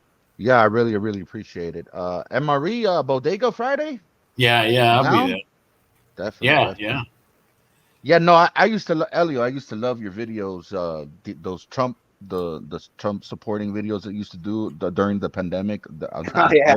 They had me rolling, man. I loved them, bro. Would you have a channel, Elio, or you did it No, on? me and Kane are Facebook friends. Yeah. Oh, okay. Yeah, but you made a couple videos that had me rolling, man. Yeah, you know, I kind of like slow down on the politics. I was just like, I got, you know, I can't even control things in my life. How am I going to save the world? You know, so I'm really just focusing on my practice, my family, and if I'm going to help anything, it's going to be the pro-life movement, saving babies. It's not going to. Amen to that. Do you know when I was little, Elio, when I was a little kid, 7, 8 years old, up till I was 10 or 11, I used to go protest abortion clinics with my aunt and her nun friends. We used to go protest the clinics. That's beautiful. Where? In Providence, in Rhode Island. Oh, that's beautiful. God bless you, Emma. Yep, we used to protest at them, wear the signs. I was allowed to swear. I loved it. Are you serious? Yeah. It was like baby killers because we're screaming at the doctors and the people going in. It was pretty fun. It was wild as a little kid being out there. It was pretty wild. You have matches? The lighter? Right, yes. Yeah, so you know, but I will be supporting Donald Trump for president, but you know, I just not too much into volunteering or anything like that right now with all that stuff. Definitely. And when you say Bayside, you don't mean Bayside here in Miami, no? You mean there's something in New York called Bayside? Yeah, it's North Queens. It's on the Long Island Sound. Oh, okay. Whitestone is on the Long Island Sound, by the Whitestone Bridge, 20 minutes from Stamford, Connecticut. And Bayside is the one town, next neighborhood over, 2 miles from my area. It's called Oh, Bayside. okay. And it's yeah, and then next town is Little Neck, Douglaston, and then you go into Nassau County, cross into the Long Island border Yeah, of we call it Long Island, but the county outside of the city. yeah. You know, yeah. Bayside down here is where the Heat play around there. You ever see Bayside was you ever see that? What was that show? I forget about those kids that were like that was a famous actor, and the guy's name was Turtle in it. Remember that Oh, show? that sounds familiar. Entourage, no? Yeah, Yeah. Entourage. The kids were from Bayside, Queens in the show. That's where they. I mean, not the actors, but the fictional version of it. That's where they. I had someone tell me I look like that guy before. I don't even know who he is. I hope he's not too retarded looking. Yeah, Entourage. That was a pretty good show. MRE Brian says you should have played the Calandra threats for them. I wasn't gonna. I wasn't gonna go get my computer and the whole nine. I wanted them away from me as soon as. No offense to them. I even told them that I'm not taking your car. I just wanted to for them to leave. Jimmy Calandra still threatening people on social media? Well, he hasn't threatened me in months, but he used to. Yes, Tommy Real Deal is away for 2 weeks. He's with his friend, and I think it was 3 hours away from him. He's fine. Tommy Real Deal is good. But go ahead. I'm sorry. So what's the topic of your show, Angel? The looming Trump indictment? That was No. ridiculous. Ain't it? How they weaponized that AG's office to do that to him. That was disgusting. Yeah, well, is he even going to get indicted? If he does, we're going to be able to win. So there's a lot of stuff going on. And nothing seems. We only hear what's in the news. Now, if they do indict him, Elio, he will still be able to run, correct? Yeah, of course. All right. And I thought that, but I thought that once you have a conviction, you cannot run for president. Well, you have to get convicted and all that stuff. It's going to get dragged out, and he'll still be running. But they got to, they're hoping, I guess, that it's a more liberal type of jury form judicial system. But even all the pundits that are even leftist attorneys, Alan Dershowitz and all of them, are all saying that they're an extremely weak case. Stormy Daniels tried to blackmail him, I guess, after he did something among consenting adults, which I'm not going to say I agree with, but he did it and she consented to it. And then they're saying that the money had to do with elections. But think about it. How does that do with elections? How do they know it wasn't to protect his professional reputation as a celebrity or protect his keep it secret from his wife? It could have been numerous other reasons. So they have to prove it's an election. Now, if it's a misdemeanor, there's a 2-year statute of limitations in New York State on misdemeanors, and it happened way more than 2 years ago. So they have to do it for felony, and I think the felony rises to another level that it had to be continuous, related to a whole pattern. So I think the case is very weak. I believe I read that the Federal Attorney General's office refused to go forward with it. So now New York State is going to take or Manhattan DA or Attorney General is one of them is going to. I think it's Manhattan DA. I think the Attorney General office started the investigation, but Manhattan DA took it over. He's going to attempt to do something with, but I don't see him getting very far at all. I think that Trump is going to get another $500 million worth of free advertisements. They try to keep him out of the media, and then when they prosecute him, it puts his name out there again. And people in this country, there's disdain for Manhattan liberals. There's disdain for the left, and they know that things are strange. And in their lifetime, they've never seen a presidential candidate that's been indicted. So they're going to think that he's being hit politically, and it's going to help him, I think, in the ratings among swing voters. I mean, that's just my belief. I mean, there's always people that there's always that element of people that just believe, oh, there's an allegation, something must have been wrong. Like the things they said about me, or the things they said about MRE, or the things they said about even you, Clean Shades, that these rats say. people say, "Oh, it could be true," when it's just the lies of the most demonic people to ever walk the earth, you know. And so I don't think it's going to be a big effect on Trump, but who knows? You know, I think Elio, I have a question for you, Elio. A little off topic. There was this Netflix documentary on Pepsi Cola. Pepsi Cola did a commercial about win a jet, in I believe the late '90s, and a kid actually um, got all the points as far as all the little points to win the jet, or actually he bought the points, and Pepsi never gave him the jet. Do you think that kid deserved the jet? What do You you? ever see? I'm not sure what you're talking about. He was supposed to get a plane. Yeah, there was a Pepsi commercial. It was like a Air Force jet. There was a Pepsi commercial saying that if you collect all of these points, that you will get this like Air Force airplane or whatever. And the kid actually went ahead and got a business partner and purchased all the points, bought all those Pepsi cans, and and Wow. he he's supposed to win the jet, and they never gave him the jet. Well, is They it a jet that a civilian can have, or is it a military jet? I think it's a military jet.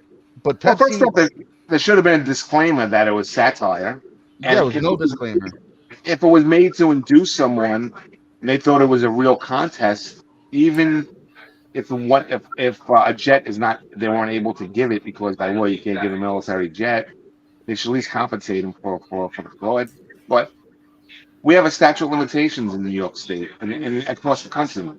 And you're talking about something in the '90s, so he should have done a claim many years ago. So It's a Harrier jet. That's what Parasite Slayer said. A yeah, you Harrier. can't get a Harrier jet. Harrier jets are those military jets to fly up and down, and they actually provide cover for ground troops, and they fly low and they go up and down on aircraft carriers. And they support the Marine Corps and the Army.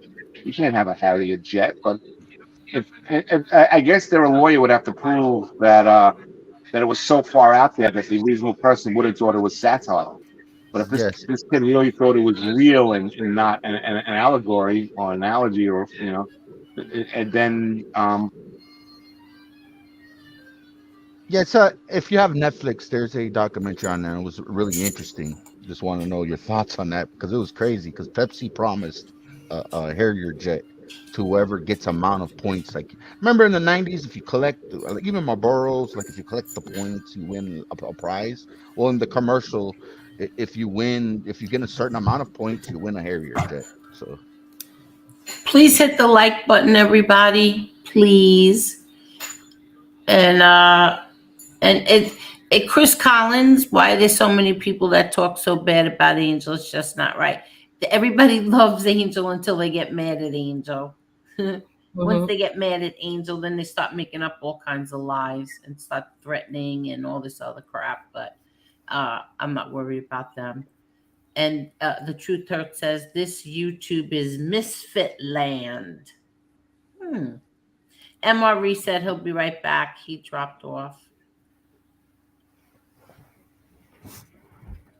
so what else is going on? Yeah. So, Elio, did you check your text messages?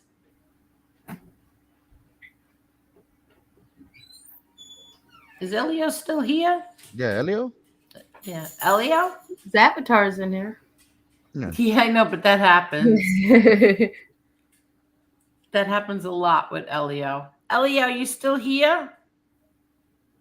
No, he's not. No, we lost Elio. No, I kick him so he can come back in.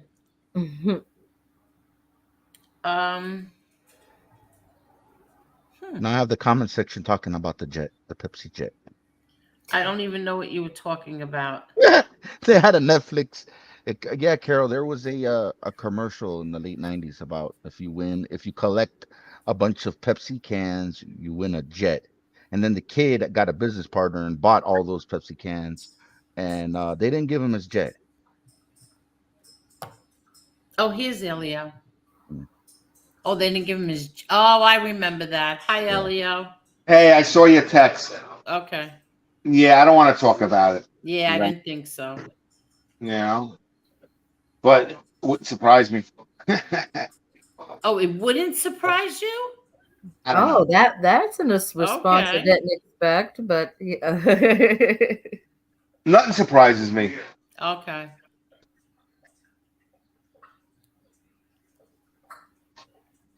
Okay. Please hit that like button, everyone.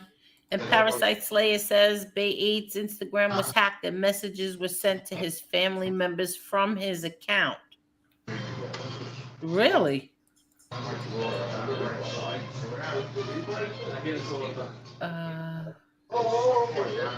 Casperosa did share that link to MRE's history YouTube page in his community tab. What? Did share that link to MRE's history YouTube page in his community. Oh, he did share the link. Yeah, that Okay. you're reading like So old. this I'm very behind, right? Yeah. Hello I there, say, lowrider girl. How's my girl tonight? On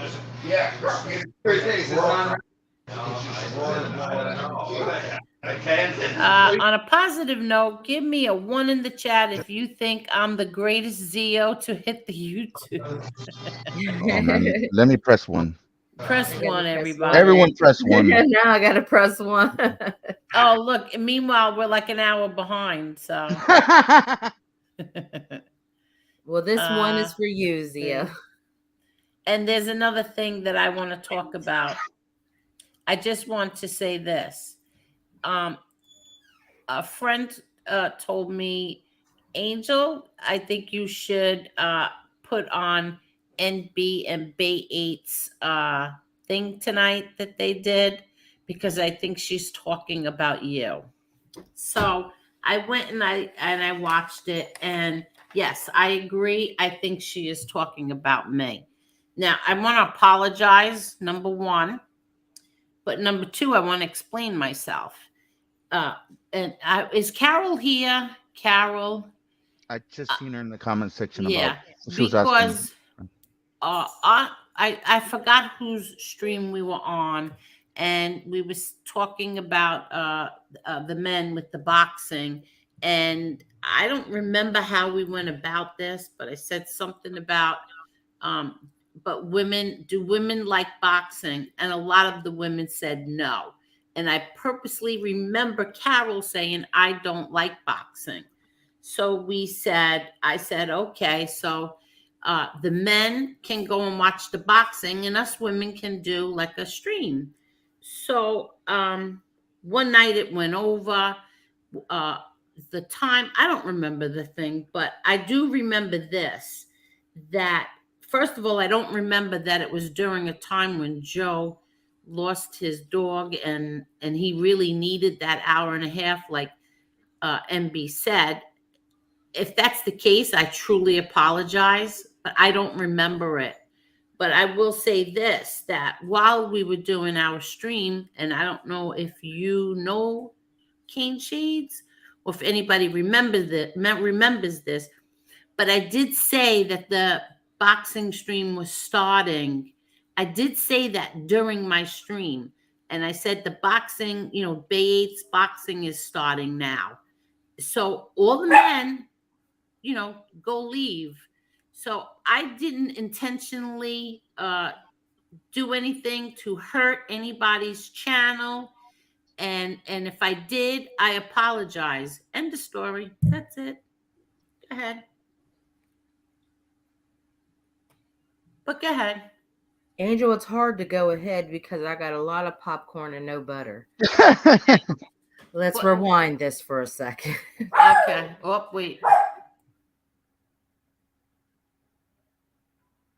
Okay, well, I do know that I was late for that Saturday show. I was actually late for my own show. I thought me personally, I thought the show was at 10, and I was late. And I went in there a little bit late. So. Yeah, same twice. Yeah. No, but what a great show! But what a great show! The Mike Tyson. I think that everyone should go check out the show, the Mike Tyson and Buster Douglas. Yes. But it was a great show. Was it because you were here?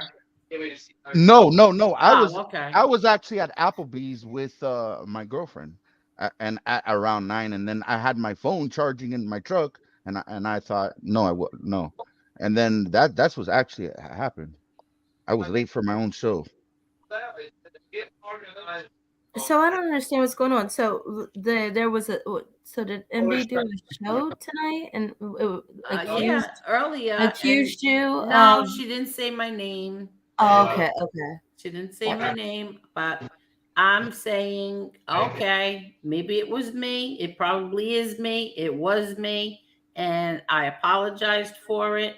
And I won't do any shows on a Saturday night anymore. Okay? But whatever. I apologize. Angel, people are so sensitive in that YouTube mob genre. It's ridiculous. I never saw such sensitive people in my life. It's absurd. Well, I apologized.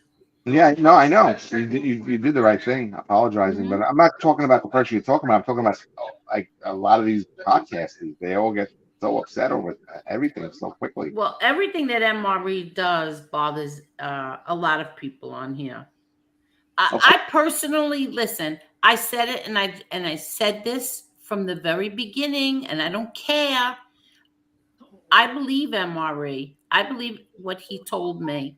I believe his 13 friends, his childhood friends. I believe what MRE told me. He's explained it so many times, and I don't understand why some people are obsessed with him. I don't understand it. Well, MRE triggers a lot of people.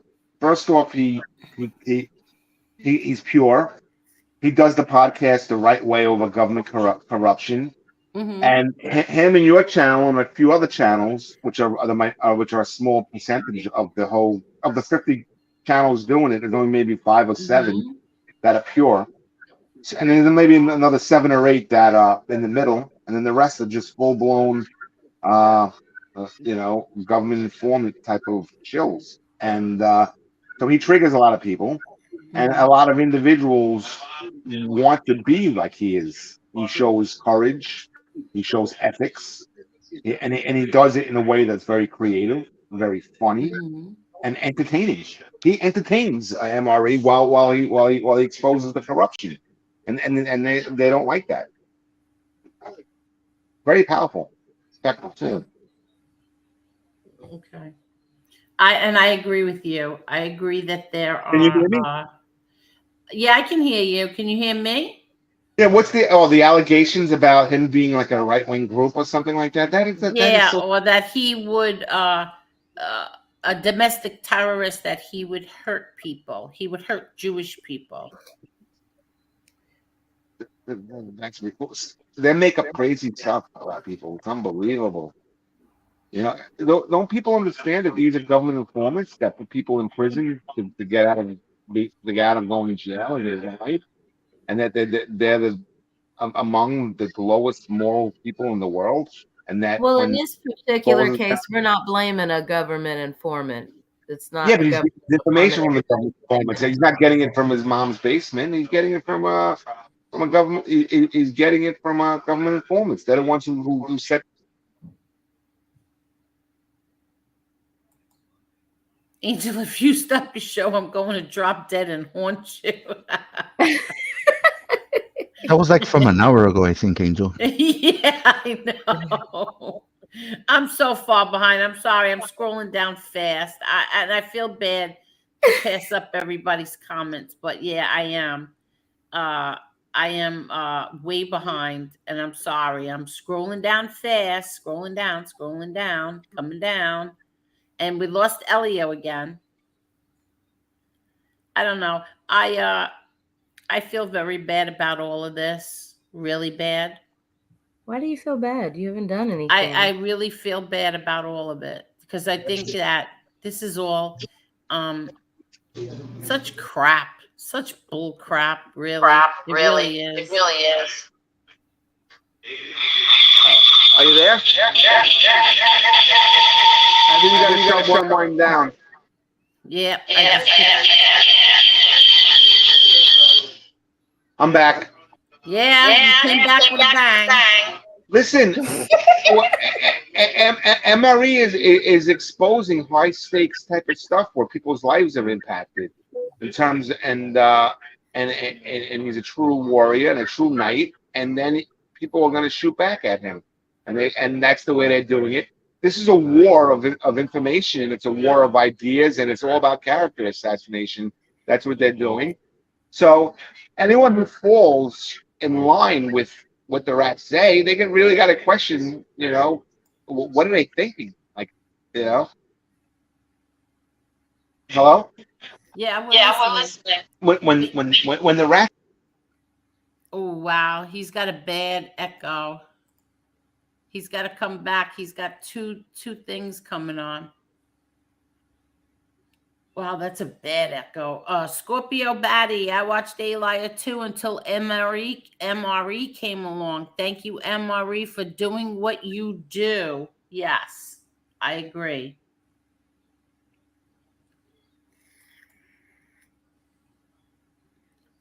Okay. Oh, you got a super chat from Carol. Yeah, wait. I'm sorry, but I don't understand why nobody blocked this person. Hello, Elio. Hey, I'm back. Yeah, you're back. Yeah, I was gonna say when the rats made up lies about me and they spread and they did it on the internet. I'm not gonna get into details of it. Nobody believed it. Maybe individuals that didn't know any better from out of state that don't even know what we're talking about or know the consequences of what doing holy and just and pure work on behalf of God to protect people. What happens when informants with FBI case agents come back at you? They make judgments and they don't even know what they're talking about. MRE is suffering through the same thing, but on a different level, where he exposed them and they came back with a character assassination that was disgraceful. And anyone who falls for that is ridiculous. Exactly. Well, I feel the same way.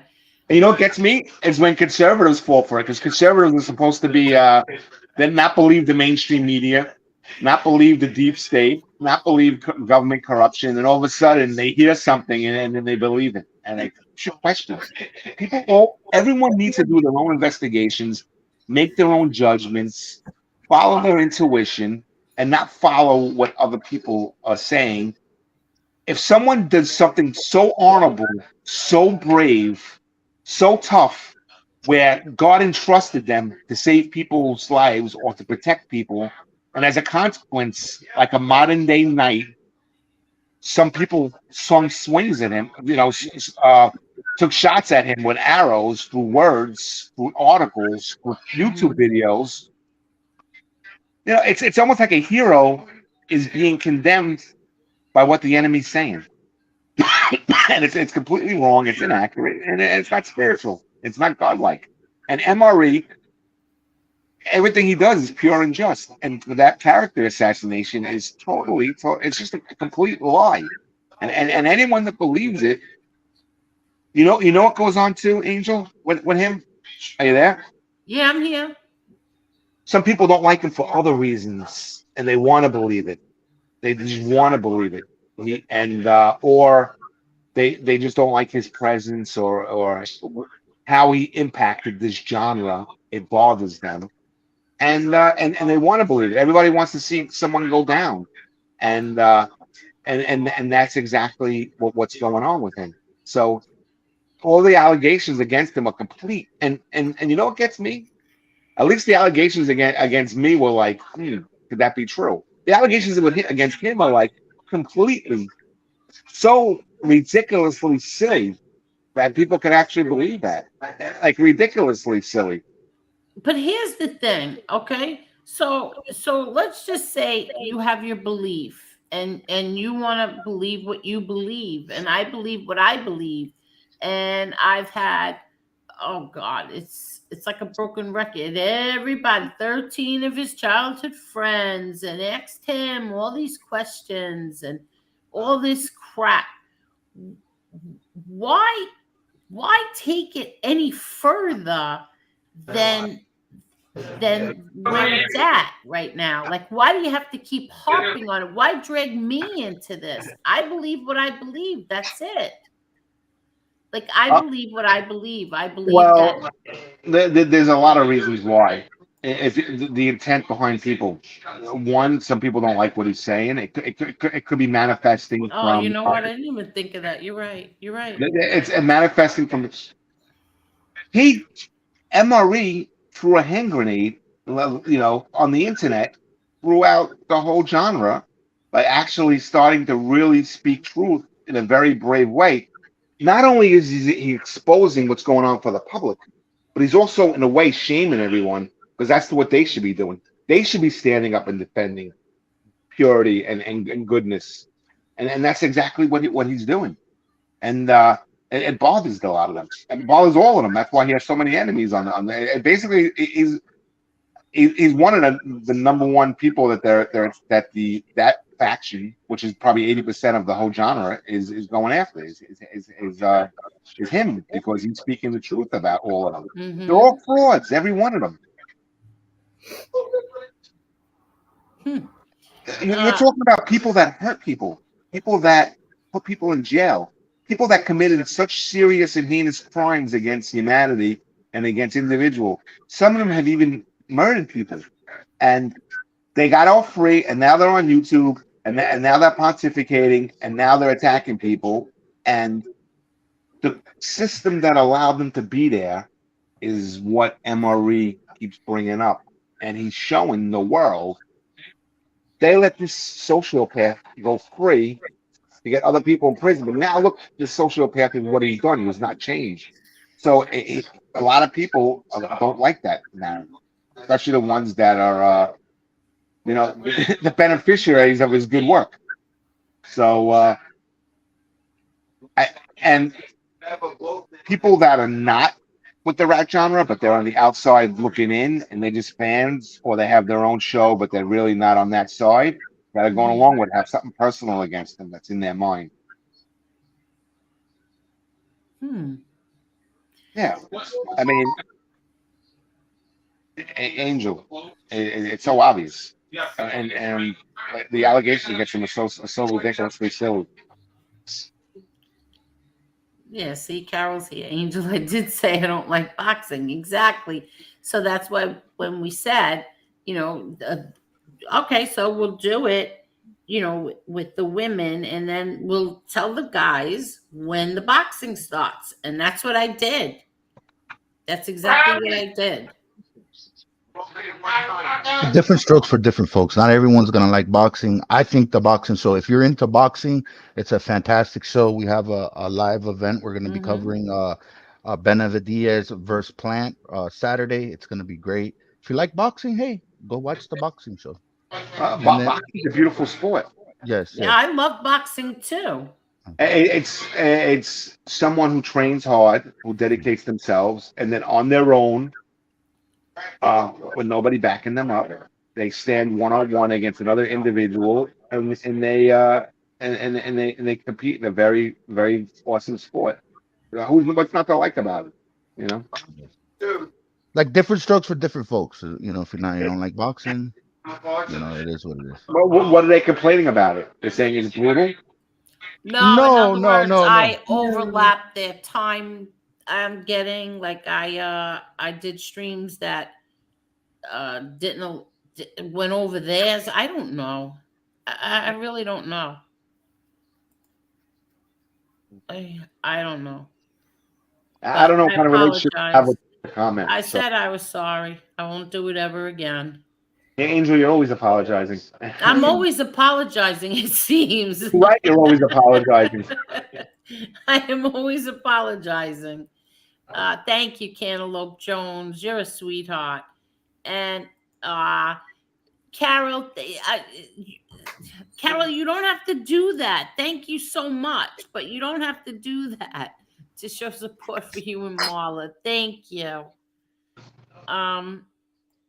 Yeah, I feel like I always am. Elio, before you came on, I was just explaining, in all my life, and I wish my best friend would come back on here just one more time, but she thinks that this is the most disgusting place she's ever seen.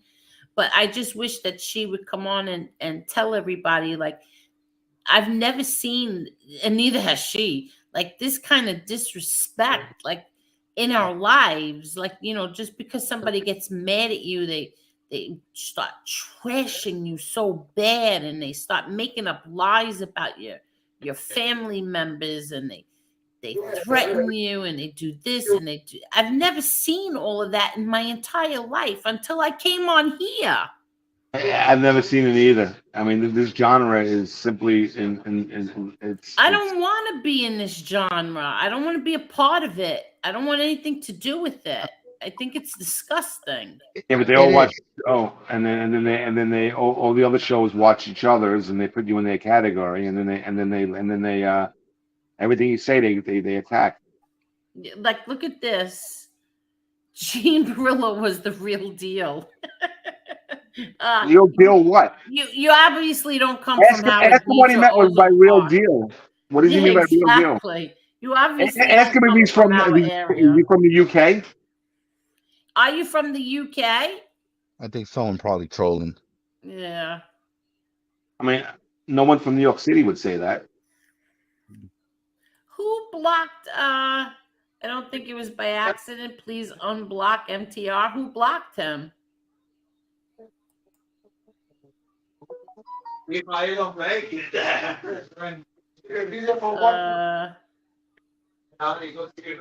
this guy's gotta go. If somebody comes in with another content creator's name, please block them.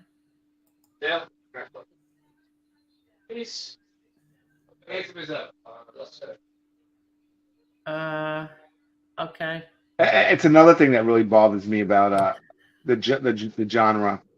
Now, from what I've seen in the videos, people don't use their own names when they make their comments and attack. And it's I understand if you have a gimmick and you have a stage name, that's one thing.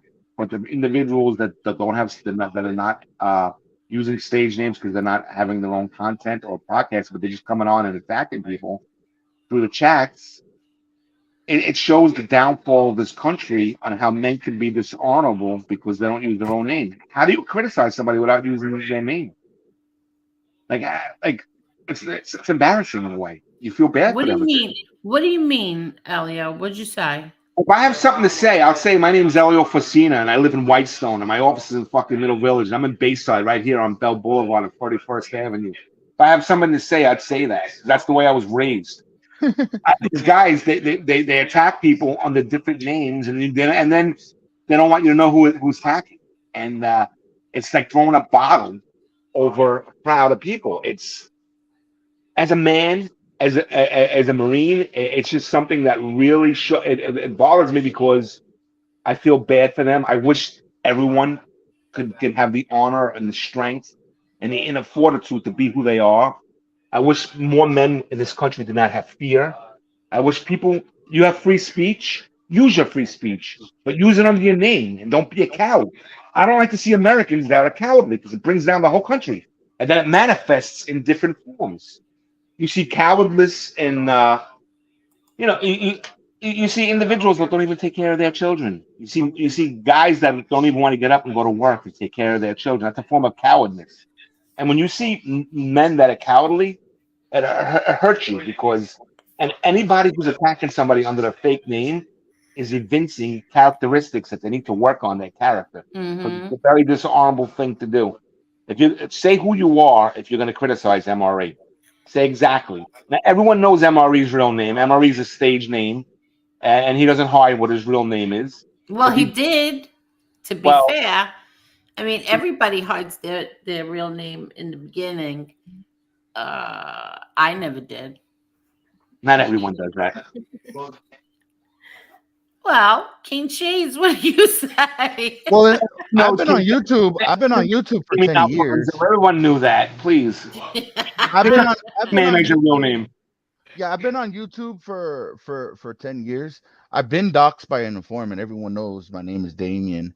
But I believe MRE when he came out, he was more effective. When he's still doing his thing, but it's like if I was gonna come on, if I knew that I was gonna come on and just bash these informants, I wouldn't show my face because it's an effective way of so they're not gonna attack your family or nothing like that. You know, They're not going to attack your family. Number one. Oh no, wait, Elio. Every single person who came on with an anonymous name and the other side found out who they were, they doxed them, put their family members up. Some people, I mean, not me, but they some people they did call crazy stuff to me, family Elio. members. They'll call your family members. Elio, this is a crazy genre that they do all types of stuff. They did it to me. It is what it is. You know, but I wish somebody would come after me. mhm. You know what it's like to be a Marine and then to be a lawyer and have people attack me, and I can't do what I love to do, which is go to war. I wish someone would come to my house, right, so I can have justification to listen. We're all created in God's image, right? Yeah. And God is, you know, there's an element of it that likes conflict, that likes to fight for justice and all that type of stuff. You know? And Yeah, they you call miss you out on that in life spouses. because somebody comes after you, you cannot fight them back because there's the laws that govern everything. But if it's in self-defense, it's a good thing. Yeah, but they do other degenerate stuff. They call like family members, and you know, it's They not call like a their physical. jobs. They call their Yeah, spouses jobs. it's not more of a physical threat. It's you know, they call your family members, they call jobs, they do this. It's just it's a crazy it's a crazy genre. You know what I mean? And I'm tell you what, I'm not part of that genre. I promote a website called We Push Back, and I go after lying informants. Now there's enablers, content makers that platform these lying informants. So sometimes I get in the mix with them because of that. Damn, So you sound like Bon Jovi when Bon Jovi said, "I'm not a heavy metal band. I'm just a rock and roll band." You're right in the middle of the genre. You're the only one of the only shows I listen to. You know? no, but no, I'm not a mob historian. I don't know nothing about the mob. I'm not in the mob genre. I'm not in the mob genre, Elio. You make some pretty epic videos, though. I got to tell you. Yeah, yeah. I call out informants. Now I do kind of cover the Elio. I kind of do cover the ridiculous genre. Like I have the mob tube novellas where I kind of cover it. So I did get in the mix with that, but I don't consider myself in the genre. And Bon Jovi was not a heavy metal band. They were a pop rock band in the 80s. So Yeah, but from the outside looking in, they had long hair, they wore spandex, and when you went to heavy, they were They like a did wear form of the makeup genre. though. They would say They we're did just a wear rock and roll band. Motley Crue said the same thing. Motley Crue was like the king of glam rock, and they just said we're just a rock and roll band. yeah. I just don't consider myself in the mob genre. I call out the informants. You know, I'm not like the mob genres. When you think of the mob genre, do you think of like mob historian and all that stuff, right, Elio? Yeah, you did some pretty good content on that stuff, though. I don't do historian stuff. I don't No, talk. you talked a lot about a lot of what these informants were doing, and then you laid back some facts. Yeah, I know. I'm watching your show for since the beginning. but would you consider that not enlighten me now? Would you consider that me being part of the mob genre because I call out I the consider you, line? from an outside person looking in, who's Uh-huh. a fan. I consider you part of the mob genre, but I think your show is more diversified, and it goes into other elements. But there's an element of it that's part of the genre. Yes. Wait, Oh, okay. wait a second. Hold on here. Hold on. First of all, let me just read this comment real fast. Johnny like called my mom and told her I was working for the Gotti family. She didn't know what he was rambling about. All on Instagram. He's seriously nuts. Your mom's not the first one that he has called. That's all I'm going to tell you. And yes, he has done it. Now, It does to everybody. yeah, but now listen. I so you honestly believe that Kane Shade's show is in the mob genre? I really don't consider it, Elio. I Me mean, neither. More I diverse. call out informants, right? So, but would that be part of the mob genre? Like, help me Yeah. out. no, because an You talk informant about can be organized anybody. crime. You talk about organized crime. Yeah. Well, now here, Elio, because Lee Cole and I had this little tiff, not an argument, but a little disagreement on here that he said that I am part of the mob genre when I say I am not. I don't consider Angel part of the mob genre. I But with you, it's by default because Oh, of your last Elio name. feels that way also. See, I get confused Really? with this whole mob genre. Yeah, me too. I don't, me James. personally, I don't think I'm part of the mob genre. I just go after the lying informants and whatever, and I promote a website. I don't, you know, I'm not doing a history like history stories and platforming informants. I think that is more part of the mob genre. Now, people like that kind of stuff. More power to them, but that I don't consider myself part of the mob genre. Wow. Elio, you still there? Oh, that's why he's not answering. He got booted.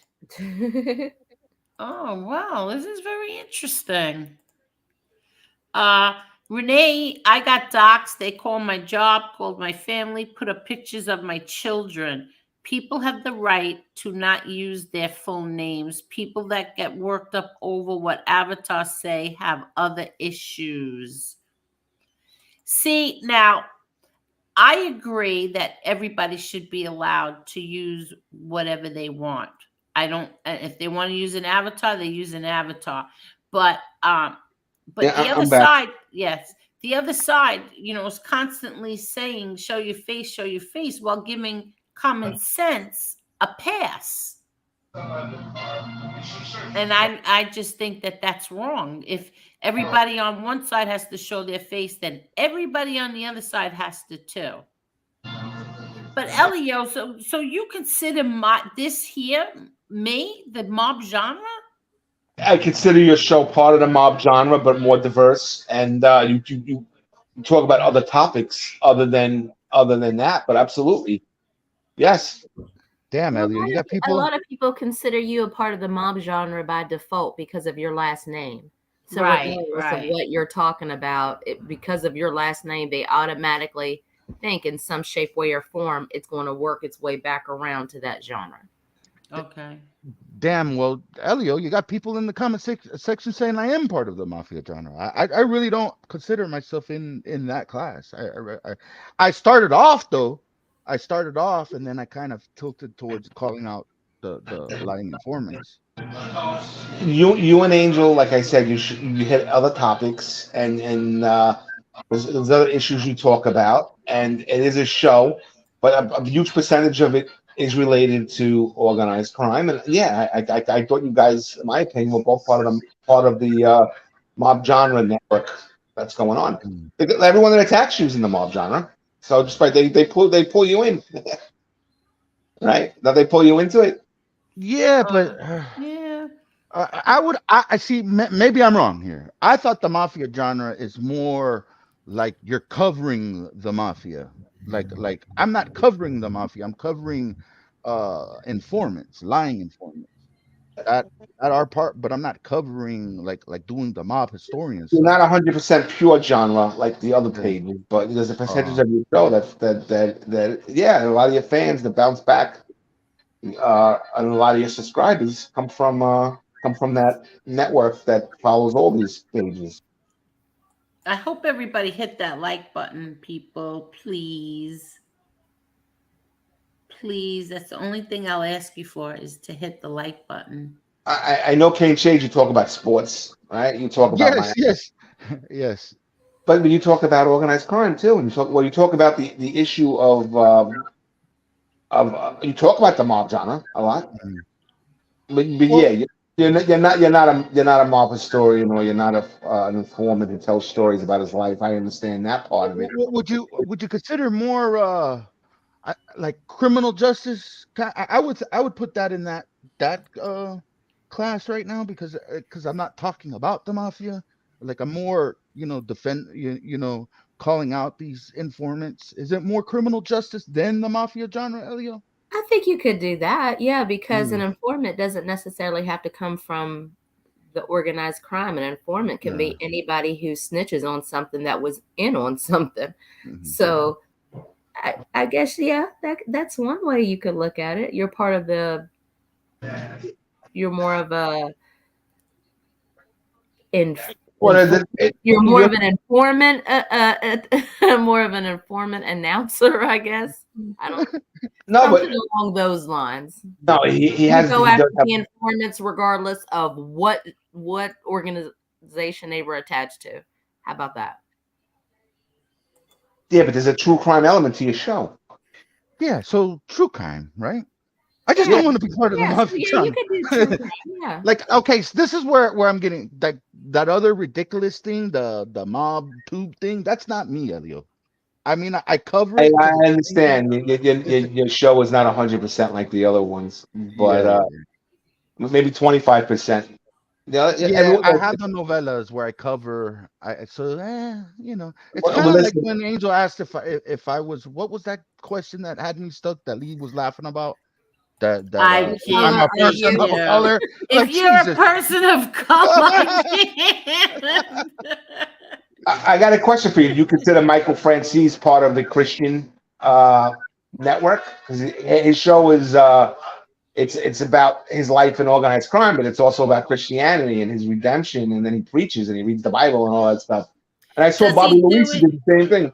Yeah. But does Michael Francis do it every single show? Michael Francis, the reason why he has 1 million subs is he, and I love his show, by the way. He a lot of it is Christianity preaching. And I saw Bobby Luisi tapped into that too. And now he's doing show like an interpretation of Revelation in the Bible and all that type of stuff. And yeah, so a lot of shows they're Michael Francis. You can make an argument is the king of the mob genre because he's probably the most popular guy. Yeah, And so I would consider him mob genre. yeah, but he also uses it as a form of ministry. Mhm. But see, And that's talks- the thing. He's given his testimony, and a part of his testimony is his life, and his life was in that world. So I don't know that it's so much mob related because he seems to he tells you about that life only so that you understand where he's coming from in his testimony. So it's not, I mean, I get he has to tell you some bits and pieces of that world so that people who are just, straight Christians understand where he's coming from. But I watch his show and I think he balances it out. And then there's a lot of times he really doesn't go into mob stuff. I mean, everybody kind of knows his background, so he doesn't have to touch on it on every show. Everybody kind of, it's kind of like an event. He talks about a lot of other different things as well. What he's doing. Elio, Yeah. Can you hear me? Let me interrupt you for a minute. Jeff Canarsi says, it's spiffy. I got blocked by your mods for saying that Elio was tougher than anyone knows, and he should go back to wearing Angelo Ruggiero sunglasses again. I had sunglasses that me and Jeff bought. We were in the store. We looked at them, and then I bought them, and we went to South Philly together. And we were in a club, and I was wearing the glasses. I'm not a sunglasses guy, but that day I was. And he looks at me and he goes, "You look like Angelo Ruggiero, who's your uncle." And obviously, people don't know that. King Shades might not know that. And I was like, "Wow." And King Shades, no, everybody knows that Uncle Angelo is my Uncle Angelo. But go ahead. Yeah, they were like aviator glasses from the '70s, yeah, and we got a lot of attention in Philly and in the place with those glasses. They were pretty funny. It was a great time. We had a really great time that night. Oh, but you know what happened? Some people thought that he was being disrespectful to you. They didn't understand that that's a private joke between the two of you. Yeah, it's a private joke between us. Yeah, and it was. We had a great night. We had a great time. I lost those glasses. They were really cool. They were like '70s aviator. And then he pulled out a picture of your uncle standing with your father, and he goes, "Look at those glasses." And I was like, "Wow, they were exactly the same, man." And realized, and I was heavier back then, so I had the fat face with the glasses, So are you calling my Uncle Angelo fat? Well, he was like me. He was overweight, My Uncle Angelo was not fat. No, but his face was chunky. His skinny. He had those, but his whole family has those, and they're all skinny, but they still got those cheeks. What do you call them? Chipmunk cheeks. Yeah, I always think of him as a big guy, but when you see his body, he wasn't that heavy. Yeah, he wasn't heavy. Like Yeah, years ago. Oh, years ago he was very heavy, but then he lost a lot of weight. And so did you. You lost a ton of weight. What'd you lose? 80 pounds? Over 80, yeah. Yeah. See, that's really good. Yeah, when I was wearing the glasses, I was 80 pounds heavier. So it added to the effect. Oh, okay.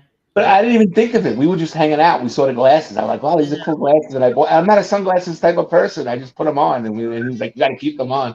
And I was like walking around with these glasses, and they look like your own. Yeah. Angel, I'm gonna jump off of here. There's FAU's upsetting Tennessee right now, and I want to see Okay, what go they're ahead. doing.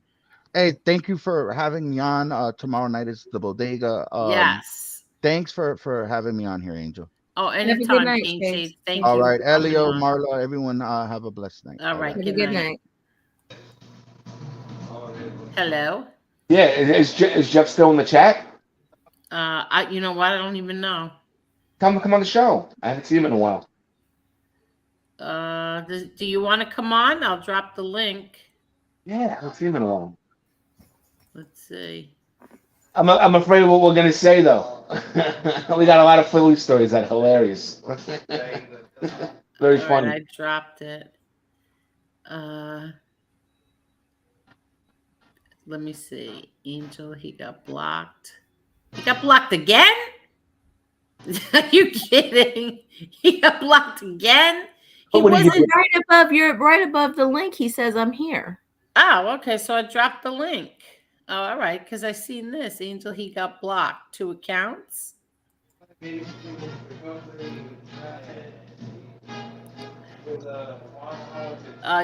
some people took it the wrong way. They don't understand it's a private joke between the two of them.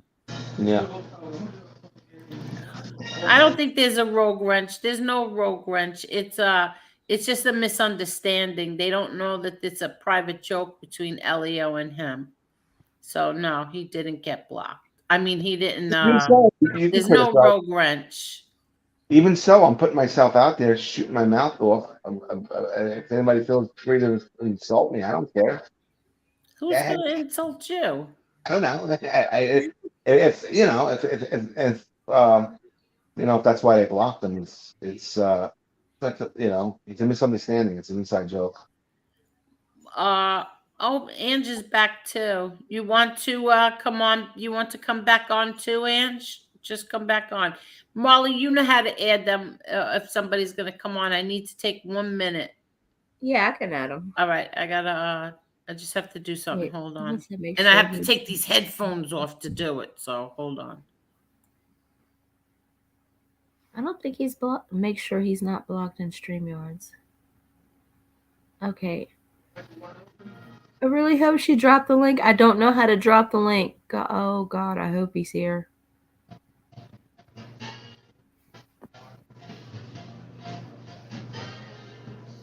Baby, it's just another keyword. Show up on this small fun stuff. Gotcha, Lori Love. Is he fixed it? Is MTR here? Is he still here? Please grab the link. I'll see if I can do it through my phone because I know I can't do it on StreamYards. Yeah.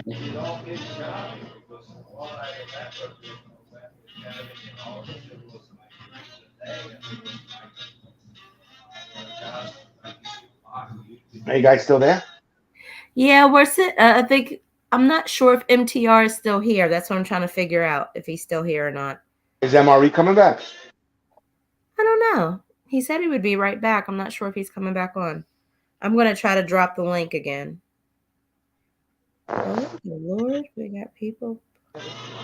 So, Mal, how's everything out in West Virginia? I live in the Poconos. I'm from West Virginia, but I live in the Poconos. Oh. It's good. That snowstorm wasn't as bad as everybody made it out to be, so I have to say we haven't really gotten a lot of snow this year. I love Pennsylvania. That's where my family's from. My mother's family's from Pennsylvania. Oh, really? Yeah. No, it's pretty pretty quiet. Oh, he's here. He's here. I know how to do it. He's here. Hello. Hey, Jeff, how you doing? Hey, you're my friend Anger Management wanted to tell you hello. Oh, tell him I said hi, and then my prayers are for him and his family. Great guy. Yeah, I keep getting emails from him on core links. Oh, good. Yeah, he's a good man. He was set up, and he's doing his time like a man. He's someone you can admire. Yeah, his big complaint is he has to jump on the top bunk with bad knees. Well, that's not very fair. Now, what are you going to do? You got bad. He had his knees replaced right before he went in. Yeah, well, that's not very fair that they put him up on the top. That's true. How are you doing, Angel? And how are you, Mr. Canarsie? I saw your face without your avatar. You're looking very spiffy as usual. Yeah, I fucked up cutting my hair, but that's what happens when you get old. You don't want to pay for shit. I just want to acknowledge that you and Elio are the only two people on here who have cursed this evening. I don't fucking curse. I know we shouldn't curse, but we do. It's part of the culture in New York City. I got to try to get out of it, that bad habit. People curse in the courts. They curse on Wall Street, and it's not a good thing to do. But that's just, it's not a good thing. And if I can't curse, I can't talk. That's how it goes. What's going on? What do you two want to tell us about? I don't know. What can we tell them, Elio? We can tell the stories about the when we got lost and coming back from Philly. We ended up in the forest. You thought you saw Adolf Hitler in the woods. Oh my God! In the Pine Barrens, like the Sopranos. Literally in the Pine Barrens, we got lost. We did not know where we were going. It was pitch black, and and then there was a sign in the middle of the woods of a guy's face, and he looked like Hitler. It was Roy Rogers. How can you get confused between the two? Dog. Is that who it was? I think. I don't know. You have this abject way of taking a wrong turn and putting us in the middle of nowhere and then creeping me out with your scary stories of what was it you were telling me? There was a whole town of midgets. Yeah, there's a town of what happened is a town of midgets, I believe, in Suffolk County, and there is. It's called Littletown or something like that. But they're very territorial, and there was an incident there once where somebody from Queens went there the wrong way, and then he got out of his car, and then he laughed at them, and then 20 midgets jumped on his car and started trying to beat him up, and he drove off. Yeah. Listen, I have a friend. He's an attorney. He has that issue, and I daydream. And you know me, Jeff. Angel, you know me too in person. I daydream, and I was laughing, daydreaming, living in my own head, hanging out with him. And he looks at me and stands up and goes, "What are you laughing at me?"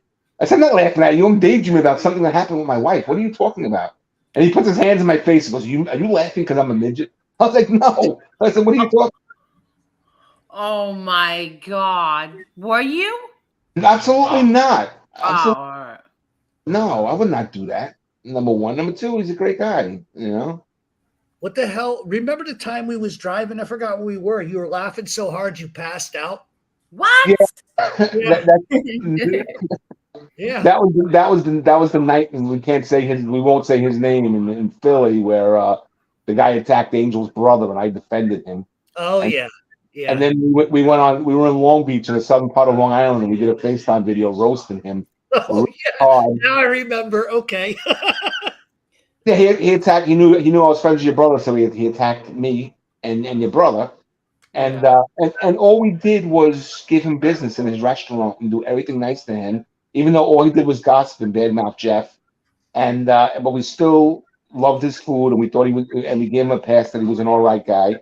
And then he went and attacked me. And then me and Jeff, we went out to Long Beach. I was living in Oceanside at the time, and we had a few drinks, and one thing led to another, and we went live on his website. and we just started roasting him really, really bad. I Like think I really, remember really that. bad. Yeah, and then the next morning, Jeff got like 100 texts from Philadelphia of what's going on, and people laughing, his own friends laughing, and sending us all kinds of stuff. And then we were driving, and I don't remember. Jeff told me something about it, and then I just started laughing hysterical, and we almost had a tree. He woke me up at like 6 o'clock, 7 o'clock in the morning. Goes, you got to take that goddamn video down. You got to take that video down. What did I say? What did I say? He goes, how many times is it viewed? I'm like 7,000. He goes, oh my God, take it down. But it was pretty epic what he said. I mean, not many people can, and I'm going to say something gross, but he goes, how does that guy even fuck? Oh my God. I'm not proud that I said that. I shouldn't have said that. But it was funny. It was funny. But it was funny at the time. But yeah.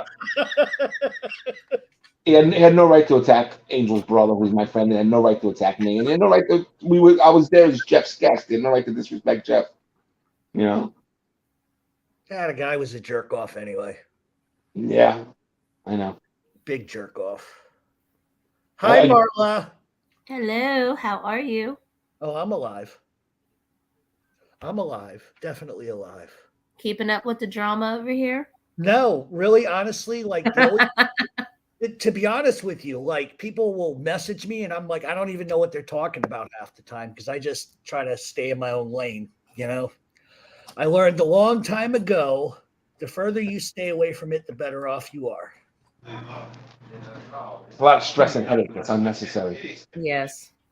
Yeah, but Considering Jeff has so many more viewers and subscribers, they try to attack him so they can hijack his subscribers to try to get their name out there. And he doesn't need that, you know. No, I don't. No. Yeah, but here's the thing. I don't want to be involved. And that's the God's honest truth. I swear on my kids, I don't want any of this. All right, I said, hold on. I don't want any of this crap. But somehow it finds me. Like somehow somebody has something, a whole page of things to say about MRE, but my name gets thrown into it. And then another content creator who really, I don't even know how he could see the computer, let alone share something. He shares it. And then you have everybody on that side talking about it and throwing me into it and making threats to me. Call this one, call that one, let these people know, let that people know. So I get dragged into this crap, and then what? Because I defend myself and I defend whatever. I'm a drama queen, or I'm this, or I'm that. No, and I'm just tired of it because it's, you know what, Elio? It's one side doing it okay, but then when your own side's doing sneaky shit behind your back and behind the scenes, that's not right. That's not right. That's where I say, you know what, it's time to go. Am I still there? Yeah, I hear you. Yeah, we can hear you. Okay, one of the problems is that there's so many different shows, and then one show doesn't like what you said, and then an informant will tell them, oh, that show is Angel's show. Angel's behind everything that's anti-government, and some of them have made the false narrative that you control. Like a puppet master, that you control all these shows. I don't control. I swear on my kids, I don't control anybody. I've never. I remember they called you the Queen Bee, and this is from the very beginning. First, they accused me of running Lee Cole. Then they said I control and run FBS, and then MRE, and now who is it on this side? Jeff. When Jeff was accused. Oh, yeah, Jeff, too. In the very beginning, they said that I controlled Jeff. I never, ever, ever told anybody on here what to do. Can you do this for me? Jeff, did I ever do that to you? No. I've never, ever asked you to do anything for me, ever. No, you don't even listen to advice. Yeah. But seriously, I've never told anybody what. I've never even I will give my advice if they say I'm going to do this. I will say, and I don't think you should do that. That's not going to go well for you. And then they end up doing it anyway. So, how much of a queen bee am I? What is it, Chanel? They're just foolish, and they believe these informants. Yeah, wait, let me change. I gotta take- Everybody's controlled by Angel Gotti. It's ridiculous. I know. I know.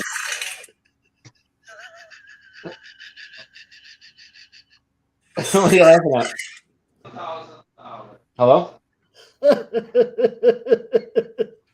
What are you laughing at? You thinking of the that video? No, I played a fart sound because the last time I was on her show, they accused me of farting. I accused you of it. So I figured I would play a sound effect. I to didn't just hear because I took the headphones off. How hard is that, Tom?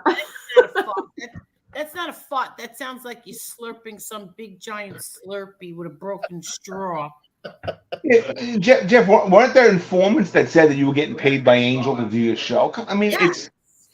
I wish. It's just and the foolish people that believe them. That's really a rat's a rat, and they're gonna make up lies, and that's understood. Well, And, see now you got it's funny because I'm looking in the chat. Didn't he live with Johnny A. Light? No, I never did. But these are just the lies that they continue to spew. It never ends. no, it never ends. And Well, who? these individuals, are you there? Yep. Yeah. These individuals that are making the lies have been caught in 1,000 lies. Why would they believe them? And just anyone who's critical of them, they accuse them of. It's one big Gotti conspiracy. You know, it's silly. It really is. And MR, for example, Jeff. How well do I know you? Jeff is not. When you have an alternative opinion about her or anything her show did, you're honest about it, and she respects you for that. Yeah. And MRE, when he first came out, I was hearing what everyone was saying that Angel was behind the show, and I was like, Angel, who is this guy? And Angel was swearing to me, I have no idea, and then she was curious to who he was. So I'm eyewitness testimony that she doesn't control these people. And I forgot all about that, Elio. You're right. Everybody thought that I knew who MRE was. Everybody. I don't know who he was. That you were fundraising. That you were funding. Exactly, but I was sharing his content everywhere, but I was also sharing FBS's as well. And every single platform I have, I shared FBS's stuff and over and over and over again. But yet I get zero credit for that. But also MRE, I shared all his. I didn't know Lee Cole long enough to share Lee Cole's because we only knew each other a little while before we started our internet fighting. And Jeff's too. I shared his stuff too. But it doesn't mean because I shared their stuff that that I paid them or that they did what I told them to do. Absolutely not. I never did that. Wow. And if somebody thinks I did, put up the proof because I didn't. I never did that. Well, according to Top G in your chat, I'm a documented mental case, and if that's the case, I'm a very wealthy one. Thank God for that. Well, there's nothing wrong with being a documented mental case. Jeff has a successful show, and he has a good livelihood, and he has a great life. So even if he is, he's very functional, right? So we're all a little touched, right? The only thing that I ask is that people be respectful of the people up on the panel, and since you're being mean, I have to block you, and I'm sorry. Sorry, I said this. Be respectful of the people on the panel. That's it. Go ahead. I'm sorry. I see my cousin Chris Trock is in the chat. Chris Trock is always in the chat. And just because he's in the chat doesn't mean that he's in the chat. Just because he's in the chat doesn't mean that he's here. Because we could be talking about apples and oranges, and Chris is talking about monkeys. Well, please don't insult Angel's guests. Thank you, Ange. Exactly. MTR, how are you? Truck wants to know. I am good. I just purchased two $12,000 cameras. I'm happy. What'd you say? I just purchased two $12,000 cameras. Why'd you do that? Oh, you don't know what's going on. I haven't really told anybody. Starting my own production company, and we have sort of a deal in place for a new like mob roundtable, which takes place in some notable restaurants. Just me and a bunch of old guys talking about how times have changed, the history of organized crime, stuff like that. So that's what's going on. So that's very nice. Very, very nice. Yeah. Okay, Angel, you have given out. I know I haven't given out bananas in a while. I know I got to put that back in the overlay. Everybody, I'm going to remind you all, eat a banana a day. It does something to your brain, the serotonin and all that. It makes you not be so, I got the bananas right there on my counter. It makes you not be so crotchety. Eat a crotchety, banana. really, Angel? Crotchety. I can chop up a banana and eat it, but I can't do it the old-fashioned way. Wait, I don't even know what you just said. I think we lost Elio again. Elio, are you there? Yeah, Elio's good for at least like 10 kicks a night. Yeah, Elio, come back. So can I answer something that some idiot in your chat's saying? By all means, go for it. So DP says that I contradict myself all the time and it's crazy. He constantly says his channel is his business. It's a full-time. No, I don't think he's talking about you. Oh, I was going to say, because I made like $8,000 a month. I don't know. No, he's not talking about you, I don't think. Oh. Well, if he is, I make good money. I don't need to contradict myself. YouTube is. I don't think he's talking about you. Oh, no, there's another content creator on here that makes that $8,000 a month. Yeah. Wow. Yeah, but I pay my tax on it. Well, that's what I need Elio for anyway. Elio was. I'm back. Right. Can you guys hear me? Are you smoking a cigar, Elio? I'm still in Bayside. Yeah, I'm in the lounge. Yeah. Oh, okay. Oh, are you over at what's his face is? I don't want to say his name. I'm at one of those places, the one in Bayside. Oh, okay. All right, I know where you're at. Yeah, you've been here before. Yeah, I thought so.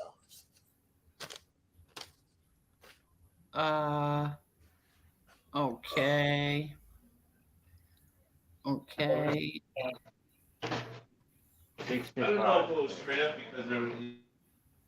I can't. Some of these people in here are so crazy. If you give me a banana, I might. I can't.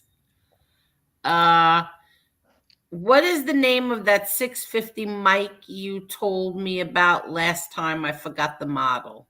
It is a Shure SM7B. What is it? A Shure SHURE, a Shure SM7B. It runs about $700 to $1,200 depending on where you get it from. Oh, okay. I have like 6 of them, and I don't know why the hell I did that. Is Elio still here? He's got himself muted. Oh, he's muted. Okay. So I just want to make sure that he's still there. And says, be respectful to Angel's guests, even if you have certain opinions. Keep it to yourself. Yeah, don't be insulting. I mean, you could say, ask them whatever you want, but you don't have to insult people. Oh, they've been insulting me for a decade. I'm used to it. Does it bother you? Not anymore. I'm sorry, I'm back. No, that's okay. I'm just curious if it bothers you. It has to bother you. It bothers me when I see certain things. If they're not true, it bothers me. if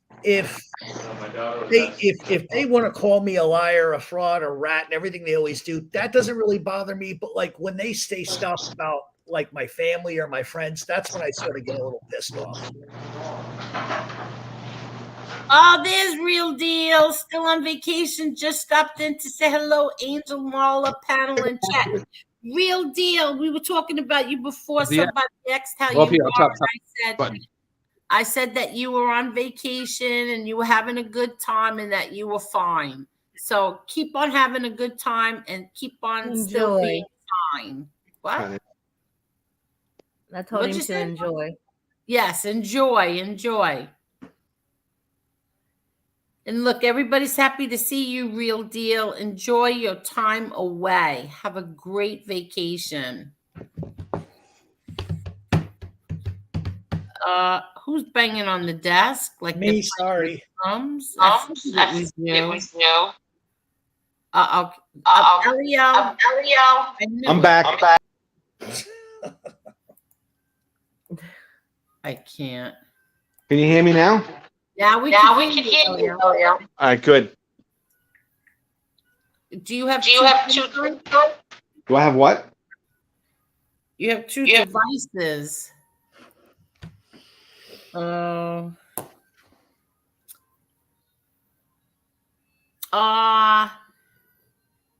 ringer was off. It was on silent. I didn't hear that little cha-ching noise. I'm sorry.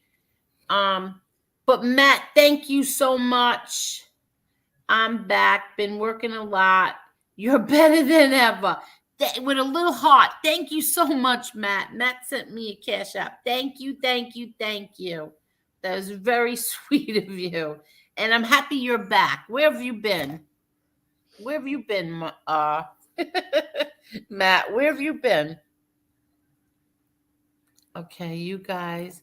Are you guys more excited for the 24 election or the 24 solar eclipse? I don't know anything about the solar eclipse and the 24 election. We have a year and a half to go. I don't care what anybody says. I know everybody here is a Trump supporter. I happen to love Ron DeSantis, but if Trump runs and DeSantis doesn't, then yes, I will vote for Trump. But I really do love Ron DeSantis. That's all I'm going to say. I like them both.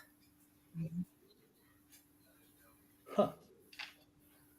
What's the, oh yeah, drop his link. Let me get it. Hold on, let me get your link. Okay, where's Elio? Did he come back yet? Yeah, looks like he's there. Okay, so he's not back yet. You gonna click him on? He's there. Oh, he is? So click him. I'm getting the... Oh, I didn't know if you were ready. Okay. I'm getting his link to put in the chat. I'm here. Again. Hey, Jeff, how's anger management doing? Is he doing all right?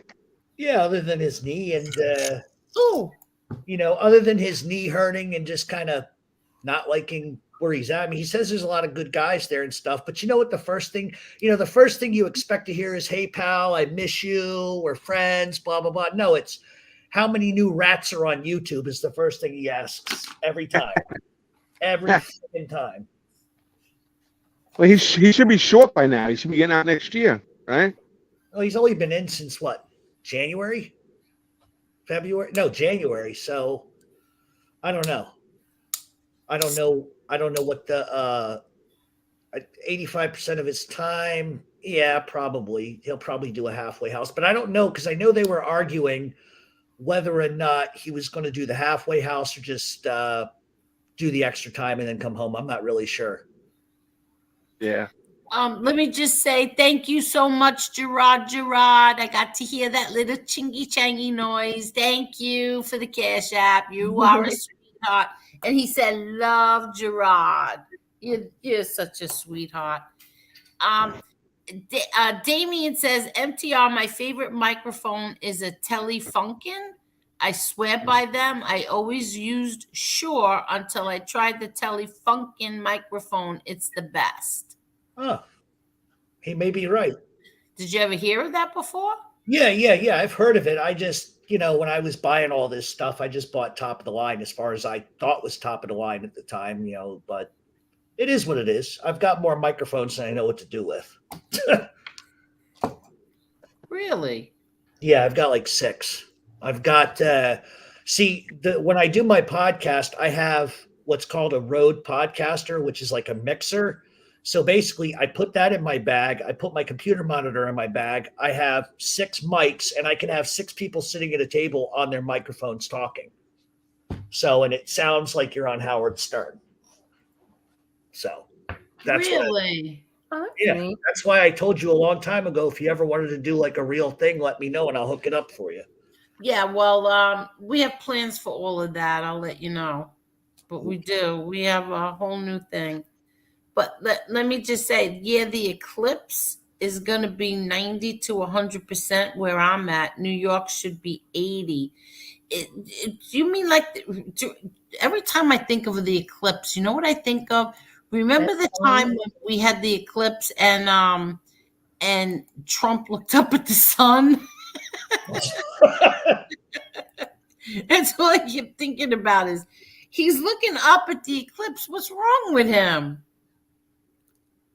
Who's looking at the eclipse? What are you talking about? Trump. There's going to be the 2024 eclipse, the solar eclipse. And supposedly, like New York will see 80%, and where is it? Where Mark is, the eclipse is going to be 90 to 100% where he's at, and New York should be 80. You know anything about it? No, but I love astronomy, and I love.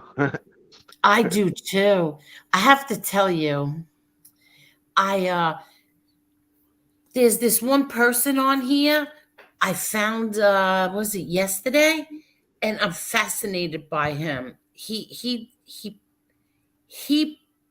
gave a reading for Taurus. It was like he was just reading to me and me alone. I was blown away by it. Really blown away by it. And I have to tell you people also this. There is a channel on here called Low Carb Love, and she made a chia seed pudding that I am blown away by. I am addicted to this, and chia seeds are very good for you. But if you make it the way she tells you to make it, it's almost like you're eating tapioca pudding. Oh my God, I'm addicted to it. And it's for like people with diabetes, low carb, diets. And this woman, I think, lost 165 pounds? I don't know, and she's beautiful. You have to see her. Low Carb Love. You have to check her out, and you have to check out her recipes. And her desserts are to die for. So far, I've made 2 of her desserts that are very, very low carb, and they were fantastic. Thanks. Now I want to eat. Yeah. Angel, I got a question for you because somebody from Facebook inboxed me a question. Yeah. For you. Sure. I put on my Facebook page that I'm on your thing. Oh, okay. He wants to know if you have any stories about Neil Delacroce, if you knew him when you were a kid. Neil was very quiet. Like he seriously, I know nobody, he always very, very polite. A lot of my father's friends were, you say, hello, how are you? How are you? And a hug and a kiss. How's school? How's this? Oh, good. That's it. That's it. And Neil was very quiet like that. Very quiet. But yeah, of course I knew him. My father loved him. My father thought regarded him like a father, and he loved him. But he was very quiet.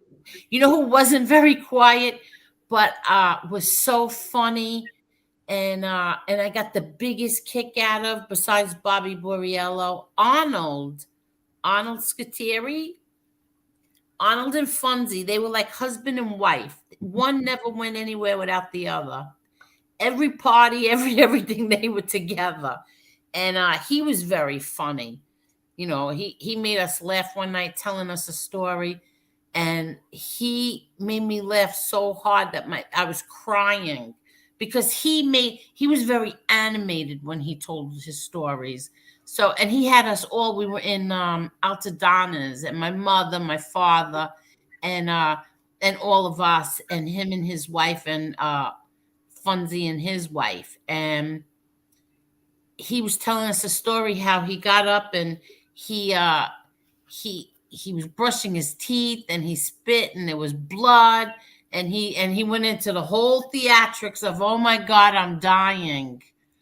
We laughed so hard the way he reacted to blood. And meanwhile, all it was a cut on the inside of his mouth. Like he cut I don't know what he did. Whatever it was, I can't remember. But he swore he had cancer. And the way he called the doctor, and he's like, what do you mean? And he's like, we were crying from him. He's very, very funny guy, Arnold. When you were a kid, did you understand how, like, what Neil Delacroce's reputation was? No. I mean, I didn't know anything. According to the FBI, he's probably one of the most powerful gangsters in the history of the United States for like 30, 40 years. And you didn't understand that. He was just like an old man, right? Hanging out. Like, just like just an older man, one of my father's dear friends. And that was it. Yeah. That was it. You see, everybody doesn't understand this. I'm going to give you a perfect example. The other day, I was on here looking at the low cop thing and going through the homepage, and I see, I don't know what show it was. It was like in a barbershop. There was like 6 black men. I don't know what show this is called. There was 1, 2, 3, 4, 5 or 6. And there was Renee Graciano from the Mob Wives, right? And I'm watching her, and I'm in total shock, because here she is telling a story how some man, she was in pastels at 16 years old. First of all, I was never allowed to go to clubs. That's number one, let alone pastels. And she's telling a story how some man told her, your father is a captain. And she was up, and he told her, now go home. He didn't want her in the club or something like that. And she went home, and I think she said she woke her father up. And she told her father, she still thought that a captain meant that he had a ship or something. And so she went home, and she was crying or something. She told her father, you're a captain. I didn't even know you had a ship, something like that. And he said, sit down. And he told her what he was. And I sat there in total shock. Like, are you kidding me? Are you serious? Is this true? Because my father would never, ever, ever, ever, if I would have asked him that question, I probably would have been in big trouble, let alone be in a club and a guy and some man had to tell me that. That man would have been, that man probably would have been in big, big trouble. So I'm so shocked by some of the people on here, like even the Karen Gravano. I am so shocked how my life was so different from theirs. Linda Scarpa, my life was totally different than their lives. Mine and my sister, we were home in the house. My father never brought anybody into the house. He didn't bring any of that shit into the house. We didn't know anything about him, nothing. And I remember one time in school, I'm not going to say whose daughter it was. I won't do that. But she told me my father and your father are friends. And when I went home and told my father, I got in so much trouble. Like, he got really, really mad. Ellie, are you still there? Elio. Oh, he's getting kicked again. But that's the difference. And that's the difference between my father and all of them. So, there you are, Elio. Yeah, I'm on Bluetooth now, and I was driving along the water on the Cross Island. That's why I lost you for a second. So that's the difference between my sister and I and all of them, Elio. My So father. you only knew you only knew about your father, what you read in the newspapers, basically. Exactly. And I'm telling you, the more I see these women describe their lives, I'm totally shocked. I really am. I'm very shocked. My cousins, we grew up like with we were very close with all my cousins, very close with my Uncle Angelo's kids, my Uncle Pete's kids, my Uncle Richie's kids. We were all very close. We didn't see none of this stuff. Ellie, you have a window open? Yeah, hold on, let me close it. It's closed now. What was your Uncle Angelo like? I adored my Uncle Angelo. My Uncle Angelo was he was the one that you could go to talk to if something like I would go talk to him, because if I was afraid to tell my father something, I would ask my Uncle Angelo, and he would say, no, don't worry about it. Don't worry about that. My Uncle Angelo was fantastic. He was a truly good person. I don't know what he did outside on the streets, but in the house as an uncle, he was phenomenal. He was a caring, look, I grew up with him as my uncle, and he treated us very, very well. He was very good to us. And he loved your father too, right? Oh my God. I don't know who loved him more, my mother or him. My Uncle Angelo truly loved my father. Look, he did things behind his back though, so I don't know. But whatever. He's gone, and that was it. No, he wasn't my blood uncle. He's my brother John's godfather. But I think I have a picture. Oh, hold on, let me find it. I have a picture of I think it's in the brand one. Let me look. Oops, wrong picture. Wait, let me find this. Let me see. He's not a blood uncle, but from the time we were little babies, he was called Uncle Angelo. He was our uncle. We were little babies. We lived in the same apartment building. I'll show you that too. I'll show you that. Let me just see. Elio, you're making noises. Yeah, it's my car driving. Hold on. Let me see. Where are these pictures now? Let's see. Come on, where's the apartment building? All right, you could talk while I look for the pictures. Let's see. Molly, you still there? I'm here. Okay, let's see. Here's the apartment building. This is where we lived, okay? So Uncle Angelo lived on the second floor, and we lived on the fourth floor, on the top floor. And on your right side of the building, all the way at the top floor, that's where our apartment was, up there. I think it was 4D, as a matter of fact. And Uncle Angelo was down on the second floor to the left. So we were together every day, right? And now let me find the picture where, oh, it's not in this one. Come on, where is it? It's gotta be. Let me see. Hold on, I will find it. Come on, don't tell me I took it out. I couldn't have taken it out, did I? Let's see. Oh, I think I did. I think I took it out. I'm just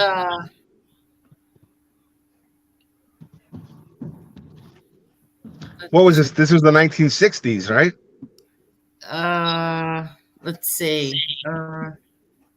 Yeah, this was the 60s. You're right.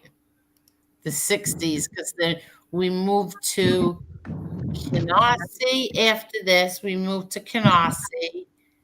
And then after Canarsie, we moved to Howard Beach, and we're still in Howard Beach. Well, my family's still there. Come on, and this was the Canarsie house right there. There's Frankie Boy and John. I can't believe I took the picture out of my Uncle Angelo. I can't believe that. My Uncle Angelo baptizing my brother John. And Oh, wow. I don't know why I took it out. It's crazy. I showed it a few times. Yeah, I remember you showing that. Yeah, I did. And now I can't believe that I took that picture out because it's really nice. My Uncle Angelo was really young. Oh, here he is. Here it is. Look, there's Uncle Angelo baptizing my brother John. That had to be like 1963 or 64, right? Wow. 64, yeah. Look at that. Uncle Angelo, his sons look just like him. It's scary how all his sons have his face. Really scary. Really strong genes over there. Yeah, that's John's godfather. Now, was he Neil Delacroce's nephew? No, he was not. Everybody thinks that Neil Delacroce was his uncle. He was not his uncle. They were not related at all. Yeah, there's so many myths out there. Yeah. And no matter how many times you tell people, look, I tell them my mother's not Jewish. Uncle Angelo is not Neil Delacroce's nephew. What's the other things? All the other things. No matter how many times you tell them it's not true, it's like you get idiots like John Panisi who go and do shows on it saying that it is true. No, you don't even know what you're talking about. He's never even met these people. He's never even met them. Exactly. He's never met my father. All he's doing is recycling stories from other people and putting his own little spin on it. After a while, don't these people get like tired of listening to like crap that's not true? Other than Gravano and Mikey Scars, there's probably nobody in the whole genre that ever met your father. Right? Michael Francis met him. Oh yeah, and Michael Francis. Yeah, Michael Francis met him. He didn't know my brother John. Mikey Scars knew both my father and my brother very well. Gravano only knew my father very well. And that's about it. Nobody else on here knew them. Panisi met my brother John one time. Once. Eli of course knew my brother John, but did not ever know my father. But yet he pretends he's his right-hand man.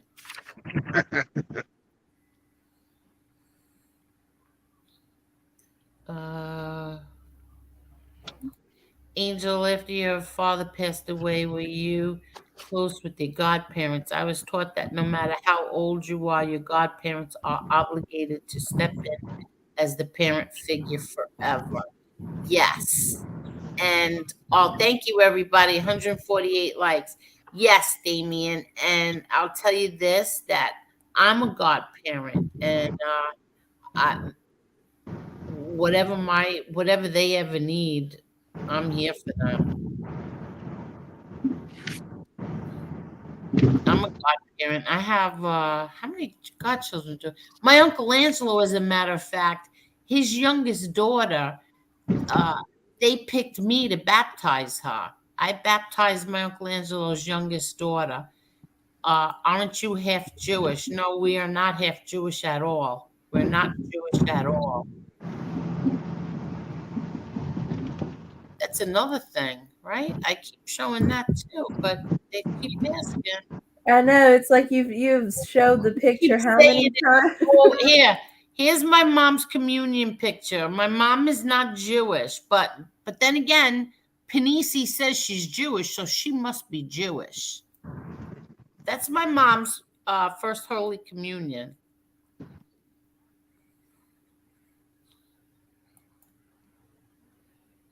So yeah, it doesn't matter how many times you tell them. Okay. I got a question for you, Angel. Yeah, of course. The genre of the informants that have their shows, from what you heard or saw, what percentage of it you think is lies, and what percentage of it you think is truth? Well, I Concerning your family, obviously you don't know about other stuff. Concerning your I family, don't watch them. I never watched not one Gravano thing, not one. The only time I get to see anything that Gravano says is if the clip channels do it, making fun of him, or Lee Cole will put something up, or what's his name? MRE will do it, making fun of him. I've never watched anything, so I don't know. Mikey Scars, I would say, is the only one that I have watched a few. I watched, like, I wouldn't pay for his Patreon, but when he's on YouTube, I'll watch it to see what he's saying. It seems like he's telling the truth. I don't know, 100%. I don't know.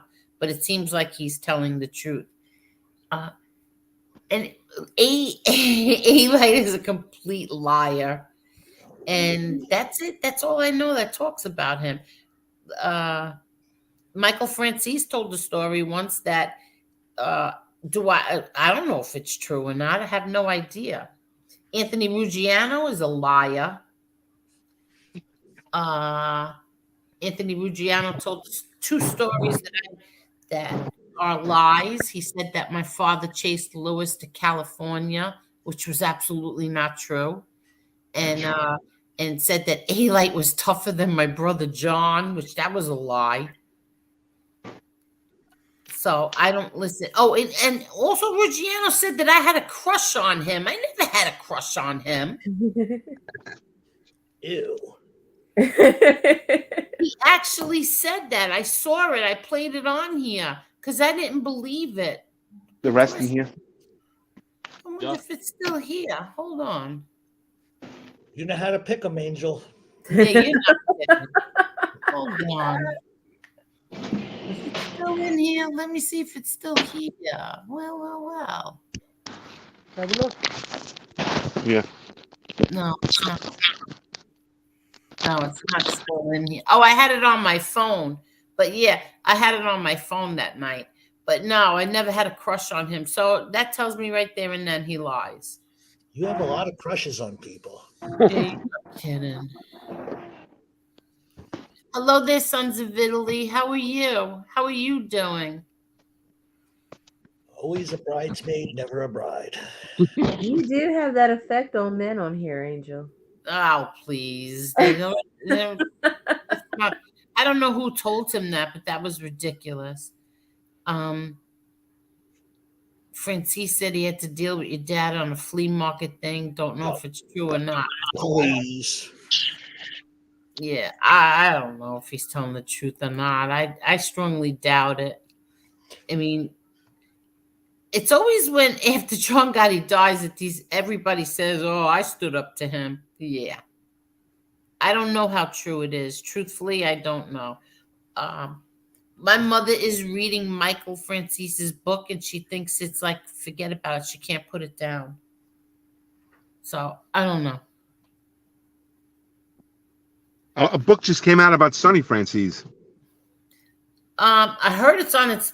I watched the interview that Lee Cole did with the author, and I thought it was very good. It kept my interest the whole entire hour and whatever it was on. It kept my interest. So I don't know. Elio, Big Billy D'Elia is coming out with his book in July. Is he really? Wow. Yep. 100%. Now, who is that? He allegedly took over what was left of the Buffalino crime family when Russell died. And who's doing that book? He is. He's writing it. The same guy that wrote The Silent Dawn, which is about Russell Buffalino. I don't know the guy's name, but it's a big-time author. Not Anastasia, somebody else. So he's apparently going to refute a lot of the things that The Irishman, the film, got wrong. Oh, really? Yeah, there's a lot of stuff that's just absolutely not accurate. And one of the things that really, I think, is the impetus for Billy sort of writing a book is the fact that when Frank Sheeran was dying, he sort of told his story to the author of that book. I can't remember his name offhand, but the deal was that book was not supposed to be published until after Russell's wife died, because there were things that they just didn't want Russell's wife to know that he might have done in his life. But the guy was so hell-bent on making $1, he put the book out anyway. So and there was a lot of stuff that was just not accurate, especially about Frank Sheeran.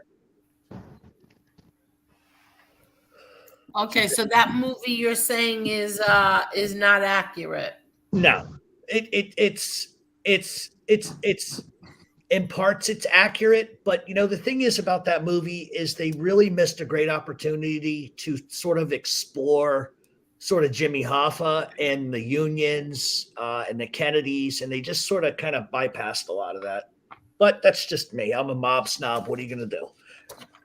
I didn't watch it. I don't really care to. It really, I didn't think it was that good, to be honest. No, Jimmy Conway. Sammy did not say I had a crush on him.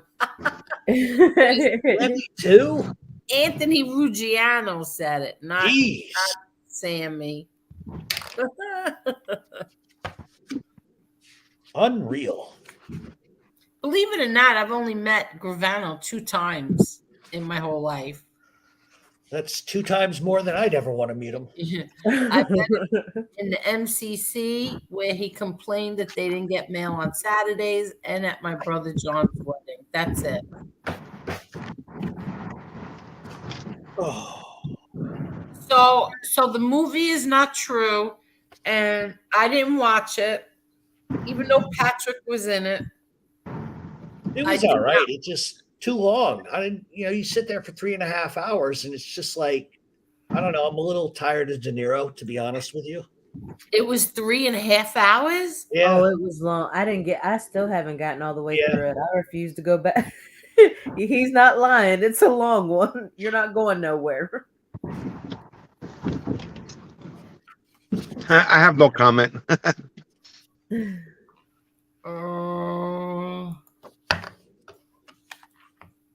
Okay. Hi, Mobland. How are you? Hello, Bella Rose. Hi, Edwin. How are you? Good night, Damien. Yeah, good night, Damien. Why do I smell marijuana? Because your town. I would tell you if it was me. That's not me. No, it wasn't Gravano who said that, Bear Pushy. Could you imagine, like, I just started a rumor that's going to go on the internet? Well, tomorrow it's going to be she was taking a car ride. She was making out with Gravano. Yeah. Saying, you're the boss. You're the boss. Yeah, right. I would rather I know. put myself on fire. Seriously, I wouldn't. Ugh, please. Do they say the same stuff about your sister? No. Why is it just you? Well, one big rat said a lie about my sister, and she had to go out and take a lie detector test. Yeah. Sons of Italy, I listen to your show and let your partner know I do. I don't participate in the chat because of certain people, and I'm not a flip-flopper. I just respect other people's chats. I know exactly how you feel, Carol, because I feel the same exact way. I watch it also, or I listen to it, and I see a certain moderator in there that I don't like, so I don't comment either. Let's see. And you smell pot because Biggs is smoking. Oh. Yes. No, And yes, Jason, you're right. all my neighbors smoke pot, so it comes to the vents. Are there allowed to smoke in there? They're not supposed to, but what are you going to do? Tell them to stop? Oh. Angel, marijuana. I mean, Manhattan smells like marijuana now. Everybody says that, you Oh, know. they just smoke it in the streets. They don't give a shit. Everyone says that. I have a card, so I can toke all day long in the streets. The cops can't do anything to me. Really? But you don't smoke pot. No, of course not. Not at all. Yeah. I can't. This shit makes me paranoid, and I already got enough problems because, you know, I'm certifiably mentally ill. Oh, so true. Thanks. I don't think they ever should have legalized it, to be honest. Why? Ugh. Well, excuse me. Because it's becoming a part of the fabric of the city, like a pretzel or an egg cream. And I think that I don't believe in marijuana. And now, if somebody has a medical problem, maybe a prescription, I can understand that. If somebody's dying and they can eat it to ease the pain, like they have cancer, then it could be a godsend. But people are taking it on their own, and what they're doing is, are you still there? Uh-huh. It's turning A students into C students. It's turning individuals to lose their entrepreneurial spirit. It's making people lazy and lethargic. It's weakening the country. And a lot of these young kids, and it's so hard right now with hyperinflation.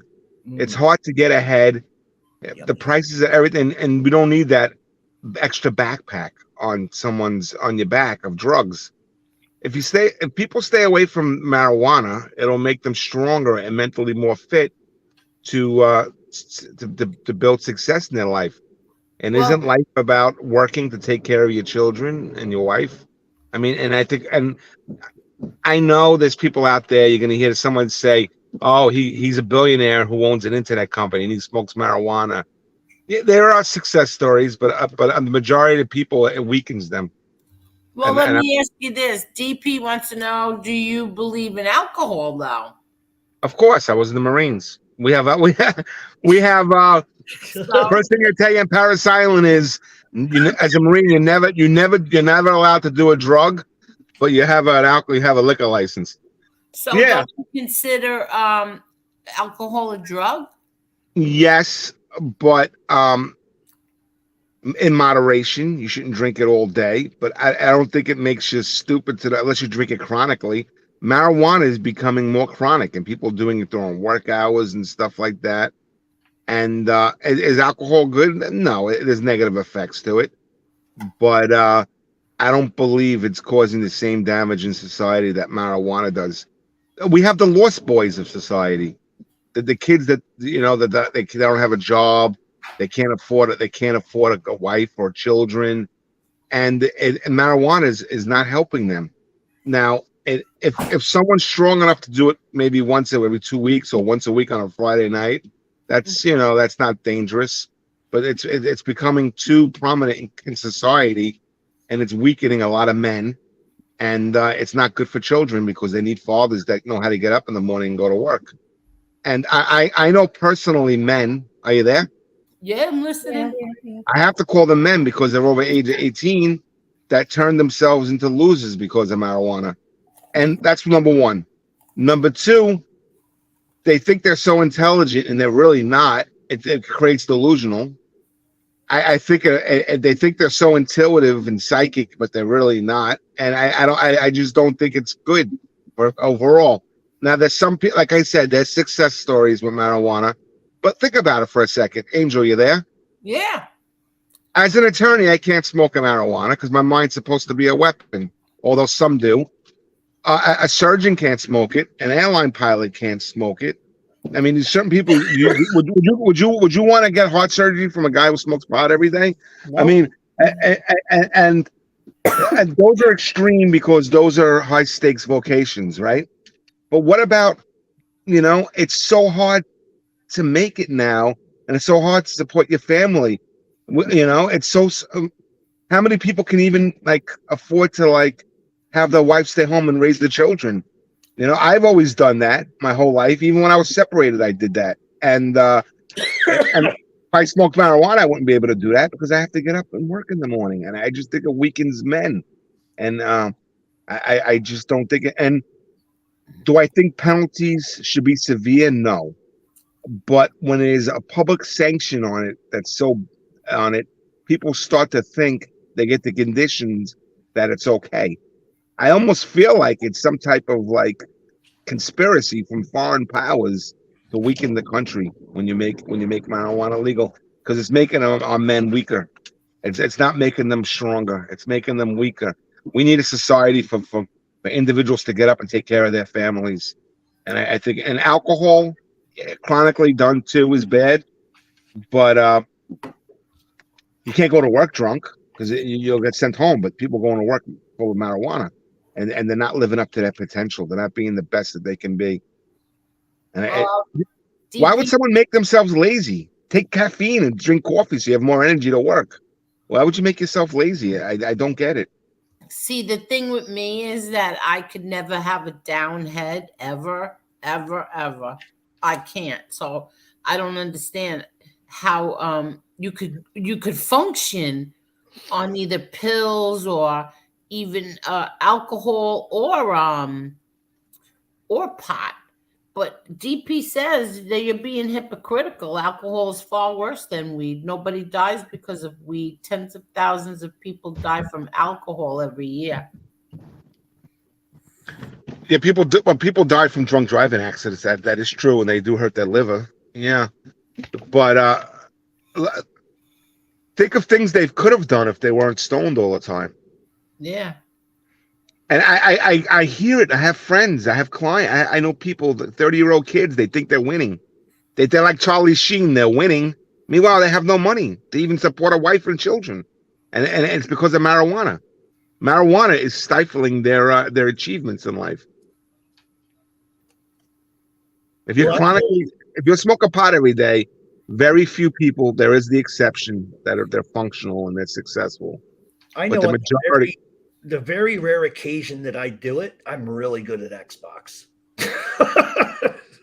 The what? What'd you say? The rare occasion that I do smoke it, which is very rare, I'm very good at Xbox. Are you kidding? Yeah, but then I lose track of time and I say, how is it 5 o'clock? I started this at 10 o'clock this morning. Oh my God. And then I find food in my hair the next morning. Oh my. That's why we don't do those. Now my new addiction is Elf bars. Ooh. It's like a vape. It's an Elf bar. Is that the one that Keen Shades used to like? Oh, I don't know. This is watermelon ice.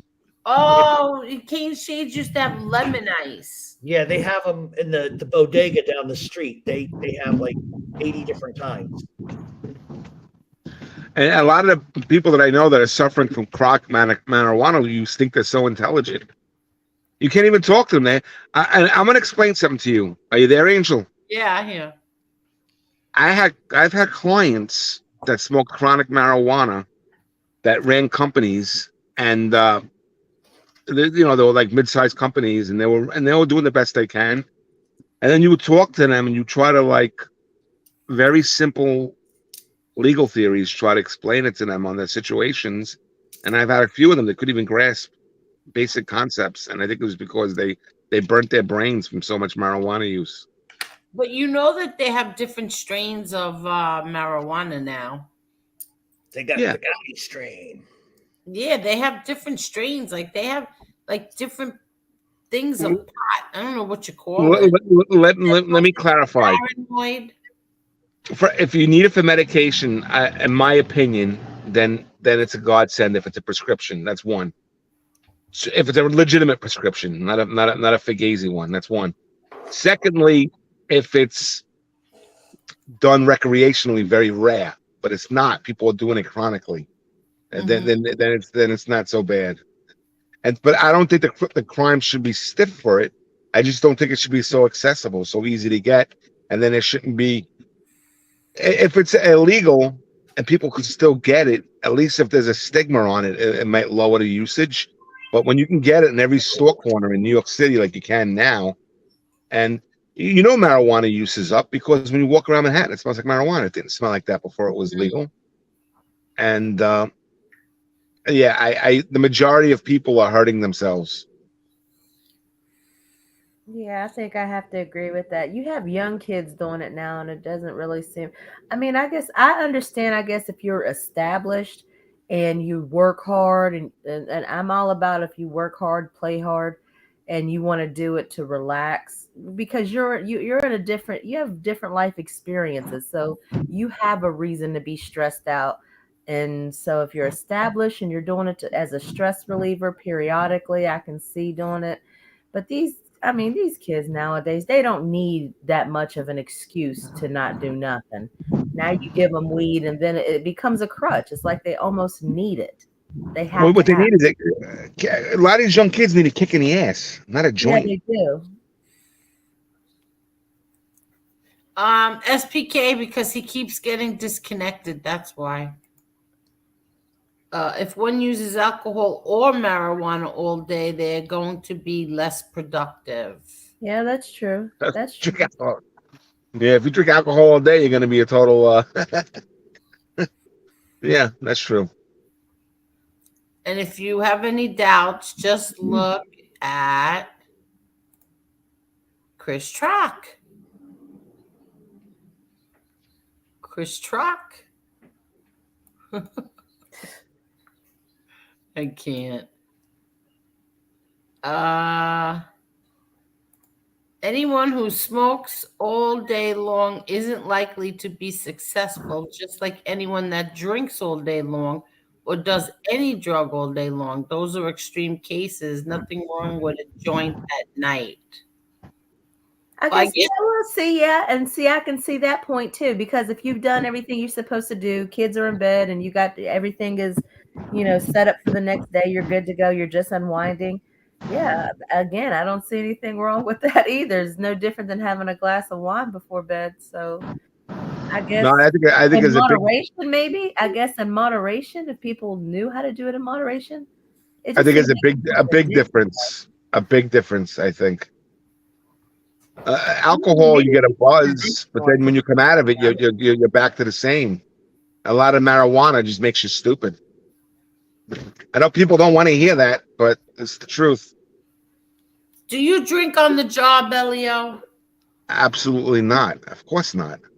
Yes. I've never even drank in my house my whole life.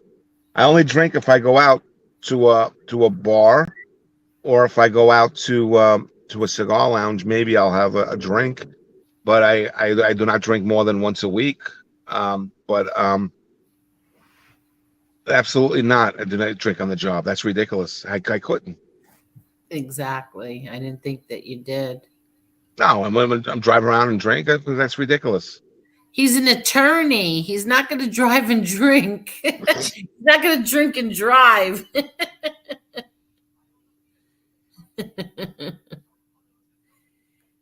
That's so funny. But I know recreational drinkers that are very successful and they support their wives and children. And the marijuana users, if there's a recreational user, that's very rare, like once a week. They could be in the same situation, but I don't know anybody like that. Everyone I know is smoking pot every day, and they're turning themselves into losers. Losers just because they're smoking pot, or they're just well, they're turning themselves into someone. I don't mean to be harsh on a human being and call them a loser. That's not the right word. They're turning themselves into a lost boy, into a man that can't afford a wife and children, that doesn't function, and that society's so hard. They lost their spirit of entrepreneurship. They lost the dignity of hard work. Are you blaming that or solely on the pot, or maybe the individual? The reason? No, a pot's a contributor. Okay. And it gives people delusions that they're intelligent when they're not. Well, DP, what he's saying is it's his experience. That's his opinion, his experience. I don't know. My opinion. Listen, I'm not an expert at marijuana. I can only Elio Facina can only see what his scope tells him. Maybe I'm way off. And maybe these guys are lost boys because society's so bad. Maybe it's the Democrats' fault. I don't know. But the reality of it is, it's that's another thing that gets me too. People blaming the conservatives, blaming the government for them not being successful. I don't like a leftist government in New York City, and I don't like some of the consequences that come with it. I'm a conservative. Okay. But my success or anything I do in life doesn't matter who's in power. I control that. It's just people using excuses. Drugs are bad, Kay. Marijuana is also a gateway to heroin too. Well, a Parasite Slayer is a big proponent of SARMs. What is that? Parasite Slayer. I don't even know what that is. At least so far, so good. 5 milligrams 2 times a day till the bottle is empty of the Rad 140, and you won't have to worry about taking anything post-cycle. I don't have a clue what that is even about. Well, I don't know what a SARM is, but I know CBD has no THC in it, so that can relax people without giving them the effect of altering their brain chemistry or anything like that. Or it doesn't have the THC, so it's not as dangerous. But I don't know what a SARM is. Oh, okay. That was for Petey Paisano. I was going to say, what is it, though? It's like anabolic steroids. Oh, that's steroids? Yeah. Oh. It has similar sort of properties. Oh, okay. Listen, there's positive and negative effects to everything in life. A lot of these psychotropic drugs that they're giving people, they're having a negative effect on their life. And I totally believe in that. I also believe that they're over medicating children, and anyone that's creative. There's a boy who can't sit still. They want to drug him up and make him like a zombie. I don't believe in any of that. I believe that unless it's an extreme case and they really need it, that's one thing. But they're over medicated, they're over prescribing it. I don't know what was like. What would happen if I was a child and instead of being a child in the 70s, I was a child now? They might have drugged me up, and yes, he is a Trump guy. Me 100%. That was for Petey. Oh, it's a closer to steroids. I don't understand why people do steroids either. It's so dangerous. Well, I'm not one. I don't think that steroids are good. And Lowrider Girl lost her dad to a drunk driver. And Carol, I believe, Carol, you lost your brother to a drunk driver. Yeah, nobody should drink and drive. No one at all. Well, you guys can call me a hypocrite because I smoke cigars. I've never smoked a cigar in my house once. Really? Yeah, never once in my home. No, in my car or the lounge or in the park. I would never smoke in my house. I would never do that to my children. Yeah. Do you smoke outside your house? Yeah, I purposely have 2 cars my whole life because I won't put my children in the car where there's smoke. Oh, okay. So you won't even No. Yeah, I remember Carol. Carol lost her brother to a drunk driver. Yeah, he didn't like those steroids, Jimmy Conway. Yeah. That's good. That's good that you won't even smoke in the same house as your kids. That's very good. I've never smoked a cigar once inside my home. No. I've smoked on the patio, but that's different. I never smoked in my what's it called? I don't believe in that. And Lowrider Girl lost her dad. It's horrible. Oh God. Everything. It's so horrible. I had to go through something today. with someone, and I had to explain certain things that happened when I was young, and like when my brother Frankie died, and then when my best friend died right after that, 5 months later, and it really it just remembering like every detail, it really knocks you on your rear end. I can tell you that. Like I didn't want to do anything but go in bed and curl up and just feel sorry for myself, I guess, or just be depressed. I don't know. And then what happened is I was going to cancel this, but then Gerard, I saw your comment in the chat, and I said, you know what, I can't cancel. And I'm glad we didn't cancel because I thought tonight was great. Wasn't it great, Marla? Yeah. MRE never came back. Yeah, he does that. The fork hits the table and he takes it. Hey, And Elio. he always says I'll be right back, but he never comes back. He leaves. Yeah, what's up, Jeff? You remember that thing that happened in Brooklyn a couple of years back? Yeah. I still see that kid's face, even to this day. Oh, you run into him? No, I'm talking about the one who got killed. Yeah, the one that when they were firing and I was standing there. Yeah, and I dreamt about it 5 hours before. Yeah, that was crazy. Angel, I had a dream that Jeff was getting shot, and I called him up while somebody was shooting at him, while shooting somebody else that was next to him. Oh, right?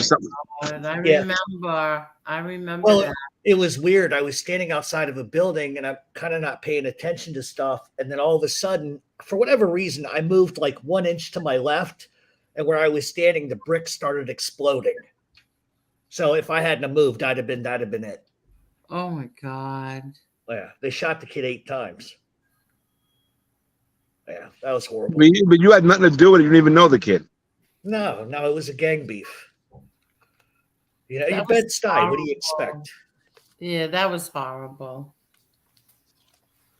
Thank you, Carol. It always turns. I called you up before it happened, right? Yeah, you called me at like 9 that morning and you were like, I got to warn you about something. And I started joking, saying, you're fucking out of your mind. You're crazy. And then it was like an hour and a half later, I called you and I believe you were in court because the first thing you said was, I got to leave. My client's been shot at. I got to leave. So, yeah. Yep. That's right. I left court early to come to drive out there. Yep, that's right. That's right. Yeah, well, I thought it was something else. That's why I thought it was related to the so did I. And then little did we know, like a month later, we would have another incident, but whatever. Me and Jeff were chased in Brooklyn once. I remember Followed. that too. Yeah, well, followed. That was fun. Leadfoot Elio. And that was my intuition too, because I felt them before I saw them. I felt it, and then I looked, and my intuition was 100% accurate. They were staring right at us. Oh, you're 100% right. And then I said, something's wrong with them. Let's get in the car. And all of a sudden, they turned around and they kept following us. And then we sped out. And they, yeah. It was amateur hour, that's for sure. Oh my God. I remember. Yeah, they were lightweights. They were like restaurants. They were like waiters from an Albanian restaurant. They needed extra money. And somebody fucking offered them a couple of dollars to try to scare us. You know? Are you kidding? Nope. That's what we tracked the plates. It was the same group of people that also tried to go after somebody else.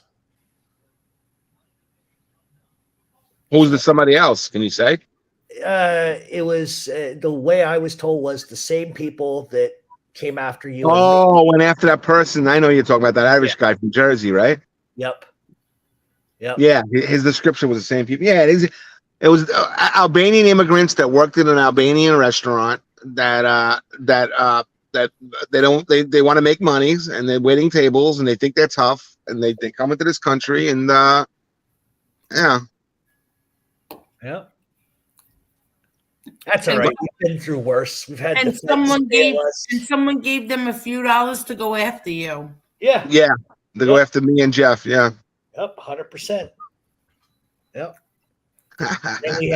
Then we had the fun FBI tail us into the cigar place in Philly. That was fun. Oh my God. Oh yeah. We've had we ended up all over the pictures, all over the right. Yep, absolutely. They weren't surveilling us. They were surveilling other people who just happened to be there. Yeah. But it was almost as good as the time I went to Brooklyn to meet a friend, and another guy gets arrested in some other thing, and my buddy calls me and says, "You ought to see these photos." And there I am with everybody, minding my business, hanging out. It's the way it goes. Angel, is Howard Beach a pretty tough place to grow up for a young man? I don't think so. My son grew up in Howard Beach. My brothers grew up in. I don't think so. I don't think so at all. Is that where they blew past the intersection and you whipped a corner? That's it. That's the one. Howard Beach is an affluent area. Yeah. I like Howard Beach. I always have liked The people that live there, like your father and all these guys, they grew up in like East New York, Brooklyn, or the Bronx, and then they brought their kids there. But their kids growing up were living in an affluent, upper middle class neighborhood. Isn't Eli Albanian? Yes, he is. He used to be Italian. Did you know that? I thought he was just a midget. Oh, here we go. A homo. Winstrol, blah, blah, blah, blah. I don't get many shots in this la, one. la, la, la, la. I'm all caught up. How's that? Just wait. There's something good coming on that front. I'm all caught up in the chat. Marla, you have any questions? I'm good. Oh, look at that. Marla's good. Mm-hmm. Elio, you have any more questions? You want me to come up with a question? If you want.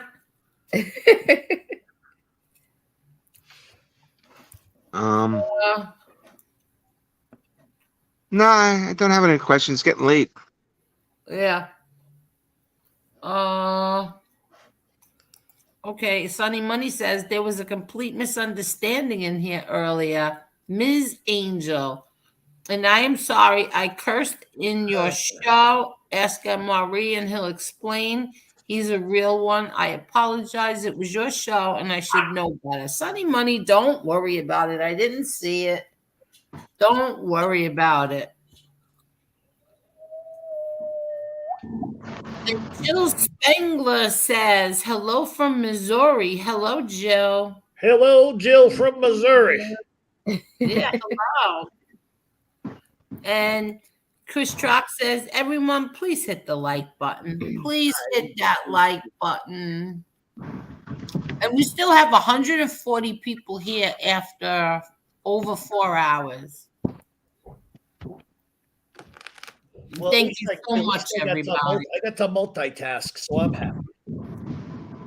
Thank you, everybody. Thank you so much. And please don't forget to hit that like button. And if you're listening to the replay, please hit the like button. Elio, you're making noises. Yeah, I'm driving with the Bluetooth. That's why. Okay. I'm driving on Francis Lewis Boulevard in Whitestone. Oh. Well, aren't you a big shot? Big time. I just died. That's our stomping area. Oh, yeah. Oh, very happy for you, Perry. Angel Pops is home and walking around. He's been eating, too. It makes me proud to see him up and about. Very good. I'm happy to hear he's home. And good night, Bella Rose. Yes, don't forget. Everybody, since everybody is obsessed with the comments after the stream ends, could you leave a comment? Hey, Angel, I'm going to log off. Is that okay? Yes, that's perfectly fine, Elio. I was thinking It was great talking to you. I'll speak to you soon. And thank you, Marla, okay? Have a good night. To get rid of you. Thank you. Good night, Elio. Thank you so much. All right, I'm gonna go too. I got paperwork to do. And thank you so much too, Spiffy. It was a pleasure having you on. Okie dokie, my love. Thank you. Have a good night, Jeff. Good night. Oops, he booted himself. Hi, Todd Father. How are you, Todd? Todd Father. Marisol. When is your next show, Angel?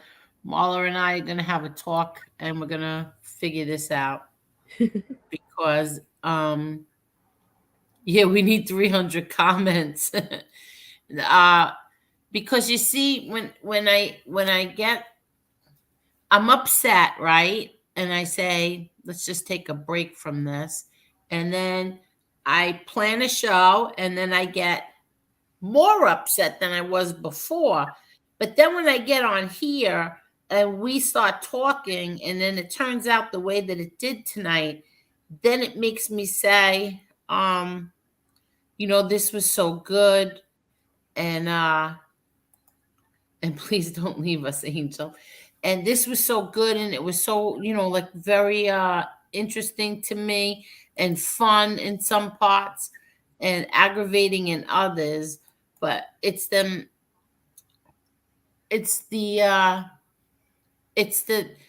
thank you, Pee Wee. And I found out that you're not the real Pee Wee. I don't know how true that is or not, but supposedly you're not the real Pee Wee. It's just like the crappy stuff, the sneaky crap behind the scenes.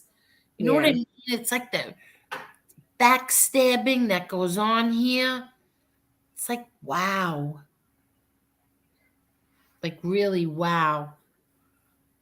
But let's see what happens. Marla and I are going to talk when you all go away. Okay. You ready, Marla? I'm ready. Are you going to stay on with me for a few minutes? Yeah, I'll stay on. Good night, everybody. And thank you all. Thank you so much. Good night, everyone. Thank you so much, Biggs. Thank you, everybody. Good night. And thank you. 1 million thank yous. Thank you.